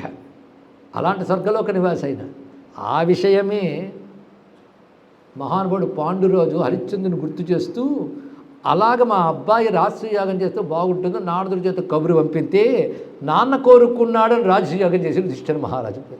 అంటే ఈయన అంతటి వాడని తెలుసుకుని నమస్కారం చేస్తే చాలు ఇక్కడ. అలాంటి రాజసూయ యాగ అధ్వర ప్రవక్త సత్యనిష్ఠుడు అయినటువంటి మహానుభావుడు హరిశ్చంద్రుడు. ఆయన గురించి చెప్పాలండి. సత్యం అంటే గుర్తొచ్చే హరిశ్చంద్ర మహీపతి గురించి ఏం చెప్తాం. అటువంటి మహానుభావుడు హరిశ్చంద్రో మహాతేజా సత్యధర్మ సమన్విత అయోధ్యానగరీ చేయం నరనారీ సమావృత హరిశ్చంద్రస్య సత్యేన స్వర్గం నీతావరాని. హరిశ్చంద్రుడు సత్యనిష్ఠకి విశ్వామిత్రాదులు సంతోషించి ఏం వరం ఇచ్చారంటే, నువ్వు స్వర్గంలో స్థిర నివాసం ఏర్పరచుకుంటావు, నీ ప్రజలందరూ స్వర్గానికి వెళతారని చెప్పాడు. ఇలా అయోధ్యని స్వర్గానికి తీసుకువెళ్ళిన వాడు హరిశ్చంద్ర మహీపతి. మరొక ఆయన ఉన్నాడు తర్వాత. ఆయన తథా రుక్మాంగదేనాపి స్వర్గం నీతా తథా శృణు. మరొక ఆయన రుక్మాంగదుడు.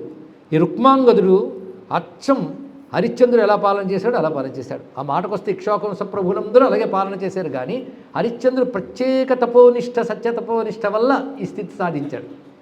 అలాగే రుక్మాంగదుడు కూడా ఆయన నిష్ఠ ఏమిటి అంటే అపార విష్ణుభక్తి ఆయన దగ్గర ఉందండి. రుక్మాంగదుడు పరమ భాగవతోత్తముడు. అలాంటి రుక్మాంగదుడు ఆయన కొడుకు పేరు ధర్మాంగదుడు. ఉత్తమమైన పుత్రులు కలిగి ఉండడం, అనుకూలవతైన భార్య కలిగి ఉండడం, చక్కటి శాసనకు లోబడి ప్రజలు ఉండడం, శత్రుబాధలు లేకుండా ఉండడం, కరువు కాటకాలని నిష్కంటక రాజ్యం ఉండడం, ఇవన్నీ ఉండడం అరుదు. అవన్నీ రుక్మాంగదుడికి ఉన్నాయన్నాడు. అని పుత్రుడు కూడా ఆయన వంటి వాడే. అందుకు పుత్రుల విషయంలో అంతా బాగుంది కానీ పిల్లాడు నా మాట వినట్లేదని ఏడుపు లేదు. కొంతమందికి అదొక బాధ. ఎంత కష్టపడి ఎన్ని నేర్పి పెంచాం కానీ పిల్లలు ఎలా తయారైపోయానో బాధ. అది కూడా పాప ప్రారంధం. అలాంటివి లేవుటి ఈ మహానుభావుడికి. అందుకే పుత్రో ధర్మాంగదస్తస్య సర్వధర్మ సమన్విత. ఇలా చూస్తుంటే సూరశ్చ కృతవిద్యశ్చ పితృభక్తి సమన్విత. ఆ పితృడు కూడా సూర్యుడు, విద్యాశాస్త్రములు నేర్చినవాడు, పితృభక్తి పరాయణుడు. పత్ని పతివ్రత తస్య సౌభాగ్యగుణ సంయుత. భుక్త్వాత్ సుచిరం రాజ్యం పుత్రదారై సమవృత. ఇలా కుటుంబంతో సహా ఏ బాధలు లేకుండా బహుకాలం రాజ్యానుభవం అనుభవించి దృఢమైన విష్ణుభక్తి ఉన్న కారణంగా జగామ విష్ణు సాన్నిధ్యం విష్ణుభక్తి దృఢో నృప. విష్ణు సాన్నిధ్యాన్ని చేరుకున్నాడు. అది నారదస్యోపదేశేన కృతం ఏకాదశి వ్రతం. జీవితకాలమంతా ఏకాదశి వ్రతనిష్ఠుడయ్యాడు. విష్ణు భక్తులు విష్ణువ్రతం అనుసరిస్తారు. అలా పాలన చేశాడు. ఈ విధంగా భక్తి చేత అతడు భవ్యమైన వైకుంఠానికి వెళుతూ నారదుడితో మాట అన్నట్ట, నా పాలనలో ఉన్న ప్రజలందరికీ స్వర్గప్రాప్తి లభించాలని కోరుకుంటున్నాను అన్నాడు. అది అందుకు ఈయనేమో విష్ణుధామానికి వెళ్ళిపోయాడు. ఆయన చేత పాలింపబడ్డ వాళ్ళందరూ కూడాను రుక్మాందోపి రాజర్షి సిద్ధగంధర్వ సేవితం విమానవరమాహుయ్య పత్నీపుత్ర సమన్విత సహ పౌరుజనైర్హృష్టో. అలా అయినటువంటి వాడై జగామ వైష్ణవం స్థానం యోగినామపి దుర్లభం. ఆయన వైష్ణవ స్థానానికి వెళ్ళాడు. వీళ్ళందరికీ కూడా ఉత్తమ స్థితిని కల్పన చేశాడు. ఇలా మరొక ఇద్దరిని కూడా ఈ సమయంలో చెప్పుకోవడం వల్ల సరయూ నదిలో అయోధ్యని పాలించిన హరిశ్చంద్ర రుక్మాంగదులను కూడా మనం స్మరణ చేసుకున్నాం. అలాంటి భవ్యమైనటువంటి తీర్థ మహిమలు ఇంచుమించు పూర్తయ్యాయి. ఇది గోప్రతారం రామావతార పరిసమాప్తి అయ్యాక ఇంకేం చెప్పుకుంటామండి. కానీ చెప్పాడు శివుడు, ఏం చేస్తాం, అవి కూడా చెప్పుకుందాం. అందుకే సూర్యకుండాత్ పశ్చిమేతు, సూర్యకుండానికి పశ్చిమ వైపు దుర్గాకుండం అనుత్తమం. దుర్గాకుండం అనున్నది అంటే పరాశక్తి ఇక్కడ అనేక రూపములతో ఉన్నదని చెప్పుకున్నాం. ఇప్పుడు ఆ రూపముల ఆలయాలుగా మనకు కనబడకపోవచ్చు గాక దుర్గాదేవి ఇక్కడ ఉన్నది. అలాగే అమ్మవారి అన్ని మహావిద్యలు ఇక్కడ మహావిద్యాతీర్థం దగ్గర ఉన్నాయని ప్రస్తావన నిన్ననే మనం చెప్పుకోవడం జరిగింది, నిన్ననో మొన్ననో. అదేవిధంగా ఇక్కడ బందిని ఇత్యాది నామాలతో అమ్మవారి శక్తులు ఉన్నాయి. మరొకడు దుర్గాదేవి. దుర్గాదేవిని ఇక్కడ ప్రతిష్ఠ చేసింది పూర్వ సూర్యవంశ చక్రవర్తుల్లో ఒకరుని దేవి భాగవతం మనకు చెప్తున్న అంశం. అందుకే దుర్గాకుండం ఒకటి ఉన్నది. ఆ దుర్గాకుండం అమ్మవారి ఆరాధనకి చాలా విశేషం. అది అష్టమి తిథి నాడు మంగళవారం నాడు ఆ దుర్గాకుండ ఆరాధన విశేషం. సూర్యకుండాద్ అగ్నికోణే నవగ్రామో నరగ్రామో విరాజతే. సూర్యకుండానికి పశ్చిమ వైపు దుర్గాకుండం ఉంటే ఆగ్నేయ భాగం వైపు నరగ్రామము అనున్నది. అక్కడ నరకుండము అని చెప్పబడుతున్నది. ఇది పాపాపహం అంత మాత్రమే చెప్పాడు. వీటి గురించి పెద్ద పెద్ద కథలు చెప్పలేదు. దక్షిణ దిగ్భాగే గ్రామో నారాయణాహ్వయ. ఇంతవరకు చెప్పిన దానిలో సూర్యకుండానికి అగ్ని కోణంలో నరగ్రామం ఉంది, దక్షిణం వైపు నారాయణ గ్రామం ఉంది అన్నారు. ఇది ఎవరివో తెలిసిపోయి ఉంటుంది. నరనారాయణులు అనే నారాయణుడి యొక్క స్వరూపం అక్కడ ఆరాధింపబడుతుంది కనుక నరగ్రామ నారాయణ గ్రామములు అక్కడున్నాయి. నారాయణస్య తీర్థంచ వర్తతే పరమం మహత్. అది చాలా విశేషమైనవి. ఇది కార్తీక శుక్లపక్ష ఏకాదశి దీనికి తీర్థ సమయం. అలా సూర్యకుండాత్ పూర్వభాగే, సూర్యకుండానికి పూర్వభాగం త్రిపురారిర్ విరాజతే. త్రిపురారి అంటే త్రిపురాసుర సంహారకుడైన ఈశ్వరుడు అక్కడ వెలసి ఉన్నాడు సూర్యకుండానికి పూర్వభాగంలో. పూజయే త్రిపురారించ కార్తికే పూర్ణిమాతిదో. ఇక్కడ తీర్థము సరయూ నది. అక్కడున్న సరయూ నదిలో స్నానం చేసి సరయూ సలిలే స్నాత్వ త్రిపురారిం దృష్ట్వా, త్రిపురారిని దర్శిస్తే వాడికి సత్ఫలములు లభిస్తాయి. కార్తీక పూర్ణిమ దీనికి చాలా విశేషమన్నాడు. అదేవిధంగా మరొక విష్ణువు ఇక్కడున్నాడు. ఆయన పేరు బిల్వహరి అని చెప్పబడుతున్నాడు. ఆ బిల్వహరిని చూస్తే చాలు సమస్త పాపములు పోతాయి సుమా అని ఈ బిల్వహరి కథ చెప్తూ, ఈ బిల్వహరి అనేటువంటి వాడి యొక్క గాథ, ఇతడి పేరు బిల్వుడు అనే గంధర్వుడు. అతనికి పెద్ద రూపవంతుడనే గర్వం ఉన్నది. గర్వం వస్తేనండి పెద్ద లేదు చిన్న లేదు, అదొక గర్వం ఉంటే చాలు ఎప్పుడప్పుడు నాశనమే తీరుతాడు వీడు. గర్వం వస్తే ఏమనిపిస్తుందంటే నన్ను మించిన వాడు లేడని, అని అందరూ గౌరవించేవాడిని వీడు అవమానించితే సరదా పడతాడు. గర్వం ఆ పని చేస్తుంది ఇక్కడ. అలా గర్వంతో, అందుకే సంపన్నుండరు కానలేడు అంటారు నారదులు వారు. ఈ గర్వంతో నా అంత అందగాడు లేడు, పైగా గంధర్వుడు కనుక ఆరోగ్యం బాగుంటుంది, దేవతా కోటికి సంబంధించిన వాడు కదా. ఇలాంటి గర్వంతో ఉన్నవాడే తిరుగుతూ ఉంటే వీడికి బుద్ధి చెప్పాలని నారదుడు చెప్పించాడు. తిని నీ సర్వశక్తులు క్షీణించిపోతావు అన్నాడు ఇక్కడ. పైగా దున్నపోతుతో తిరుగు అన్నాడు ఇక్కడ. అంటే గర్వం ఉన్నవాడిని దున్నపోతేనే అన్నారండి. సెన్సిటివిటీ లేకపోయిన వాడు దున్నపోతుంటారు. మనిషివా దున్నపోతువా అని అంటుంటారు కదా ఇక్కడ. సెన్సిటివిటీ ఉన్న తుఫాన్లో కూడా అలా హాయిగా నడవగలిగే దున్నపోతు ఒక్కటే. కారు హారన్ కొట్టినా పక్కకు తిరగనిది అదే, నువ్వు తిరగాలి తప్ప తిరగదు. ఎందుకంటే దానికి స్పందన లేదు, జడత్వం ఉన్నవాళ్ళు. అందుకే పెద్ద చిన్న మర్యాద లేదు కనుక దున్నపోతూ అవుతా అన్నాడు. అది బిల్వత్వం మహిషోభవ, శపించగానే వణికిపోయాడు. అప్పుడు అనుగ్రహం తత్కృత, దయచేయవయ్యా అని నా శాపం పోయే మార్గం చూపించు అన్నాడు. పైగా నువ్వు దున్నపోతవి చాలా కాలం ఉంటావు అన్నాడు. అదొకటి. అదే చాలా కాలం ఉంటావంటే మనకు బలి సరదా కదండి, కానీ బాధపడ్డాడు. దున్నపోతుగా చాలా కాలం ఉండేదేంటి అని గంధర్వుడిగా ఉన్నప్పుడు బాధ కలిగింది. మళ్ళీ దున్నపోత అయ్యాక ఏమైందో మనకు తెలియదు. కానీ మరి నేను ఎలా సద్గతి పొందుతాను అంటే దున్నపోతువ అయోధ్యలో తిరుగన్నాడు. ఎంతవరకు తిరగాలంటే కొన్ని 100 1000 సంవత్సరాలు తిరగాలి. పోతాడు కదా దున్నపోతాడు, మళ్ళీ దున్నపోతవే పుడతావు. అలా దున్నపోతు జన్మలు ఎత్తుతూ తిరుగు. అలా తిరగ్గా రాముడు అవతరించినప్పుడు రాముడు చూపు నీ మీద పడుతుంది, అప్పుడు ఆ దున్నపోతు జన్మ పోతుంది అన్నాడు. అప్పటి నుంచి అతని పని ఏమిటంటే ఏ దున్నపోతు జన్మ ఎత్తినా రాముడు ఎప్పుడు వస్తాడో ఎదురు చూస్తున్నాడు. నారదుడు ఇచ్చిన వరం అండి అది. ఊరికనే దున్నపోతు అయిపోయాడు. రాముడు నిన్ను చూసినప్పుడు అన్నాడు కనుక ప్రతి దున్నపోతు జన్మలోనూ రాముడు ఎప్పుడు వస్తాడా అంటున్నాడు. అంటే ధ్యానిస్తున్నాడు రాముడిని. ఆ రామధ్యానం కొన్ని దున్నపోతు జన్మల తర్వాత పండింది ఇక్కడ. అప్పుడు రామచంద్రమూర్తి ఒకరోజు అయోధ్య వీధిలో అలా చూసేట. వెంటనే దున్నపోతు శరీరం విడిచిపెట్టి దివ్యదేహం ధరించి రాముడిని నమస్కరిస్తూ వెళ్ళిపోయాడు.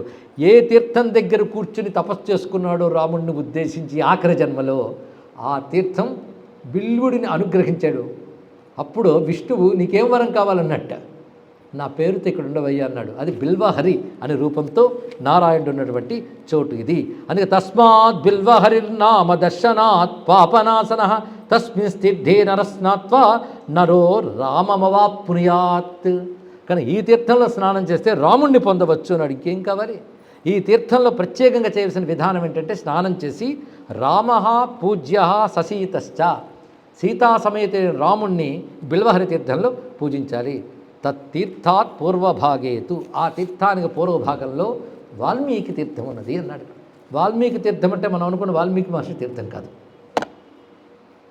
పుట్ట నుంచి వచ్చిన వాడి తీర్థం. ఇంకెవడో పుట్ట నుంచి వచ్చాడు. పుట్ట నుంచి వచ్చిన వాళ్ళందరూ వాల్మీకి మహర్షులు అయిపోరు, వాల్మీకులు కావచ్చు. అలాంటి పుట్ట నుంచి వచ్చిన వాడు ఎవడో ఉన్నాడు అక్కడ, వాడిని విష్ణువు అనుగ్రహించాడు. ఆ తీర్థం గురించి రేపు తెలుసుకుందాం. సర్వం శ్రీ రామచంద్ర చరణారవిందార్పణమస్తు. శ్రీ అయోధ్యామాతాకి, శ్రీ సరయూ మాతాకి, జాంబవత్ సుగ్రీవ హనుమత్ సీతాలక్ష్మణ భరత శత్రుఘ్న పరివార సమేత శ్రీ రామచంద్ర పరబ్రహ్మకి, శ్రీరామచంద్ర పరబ్రహ్మకి, శ్రీరామచంద్ర పరబ్రహ్మకి, శ్రీ రామభక్త హనుమాన్ కి నమః. పార్వతీపతయే హర హర మహాదేవ్.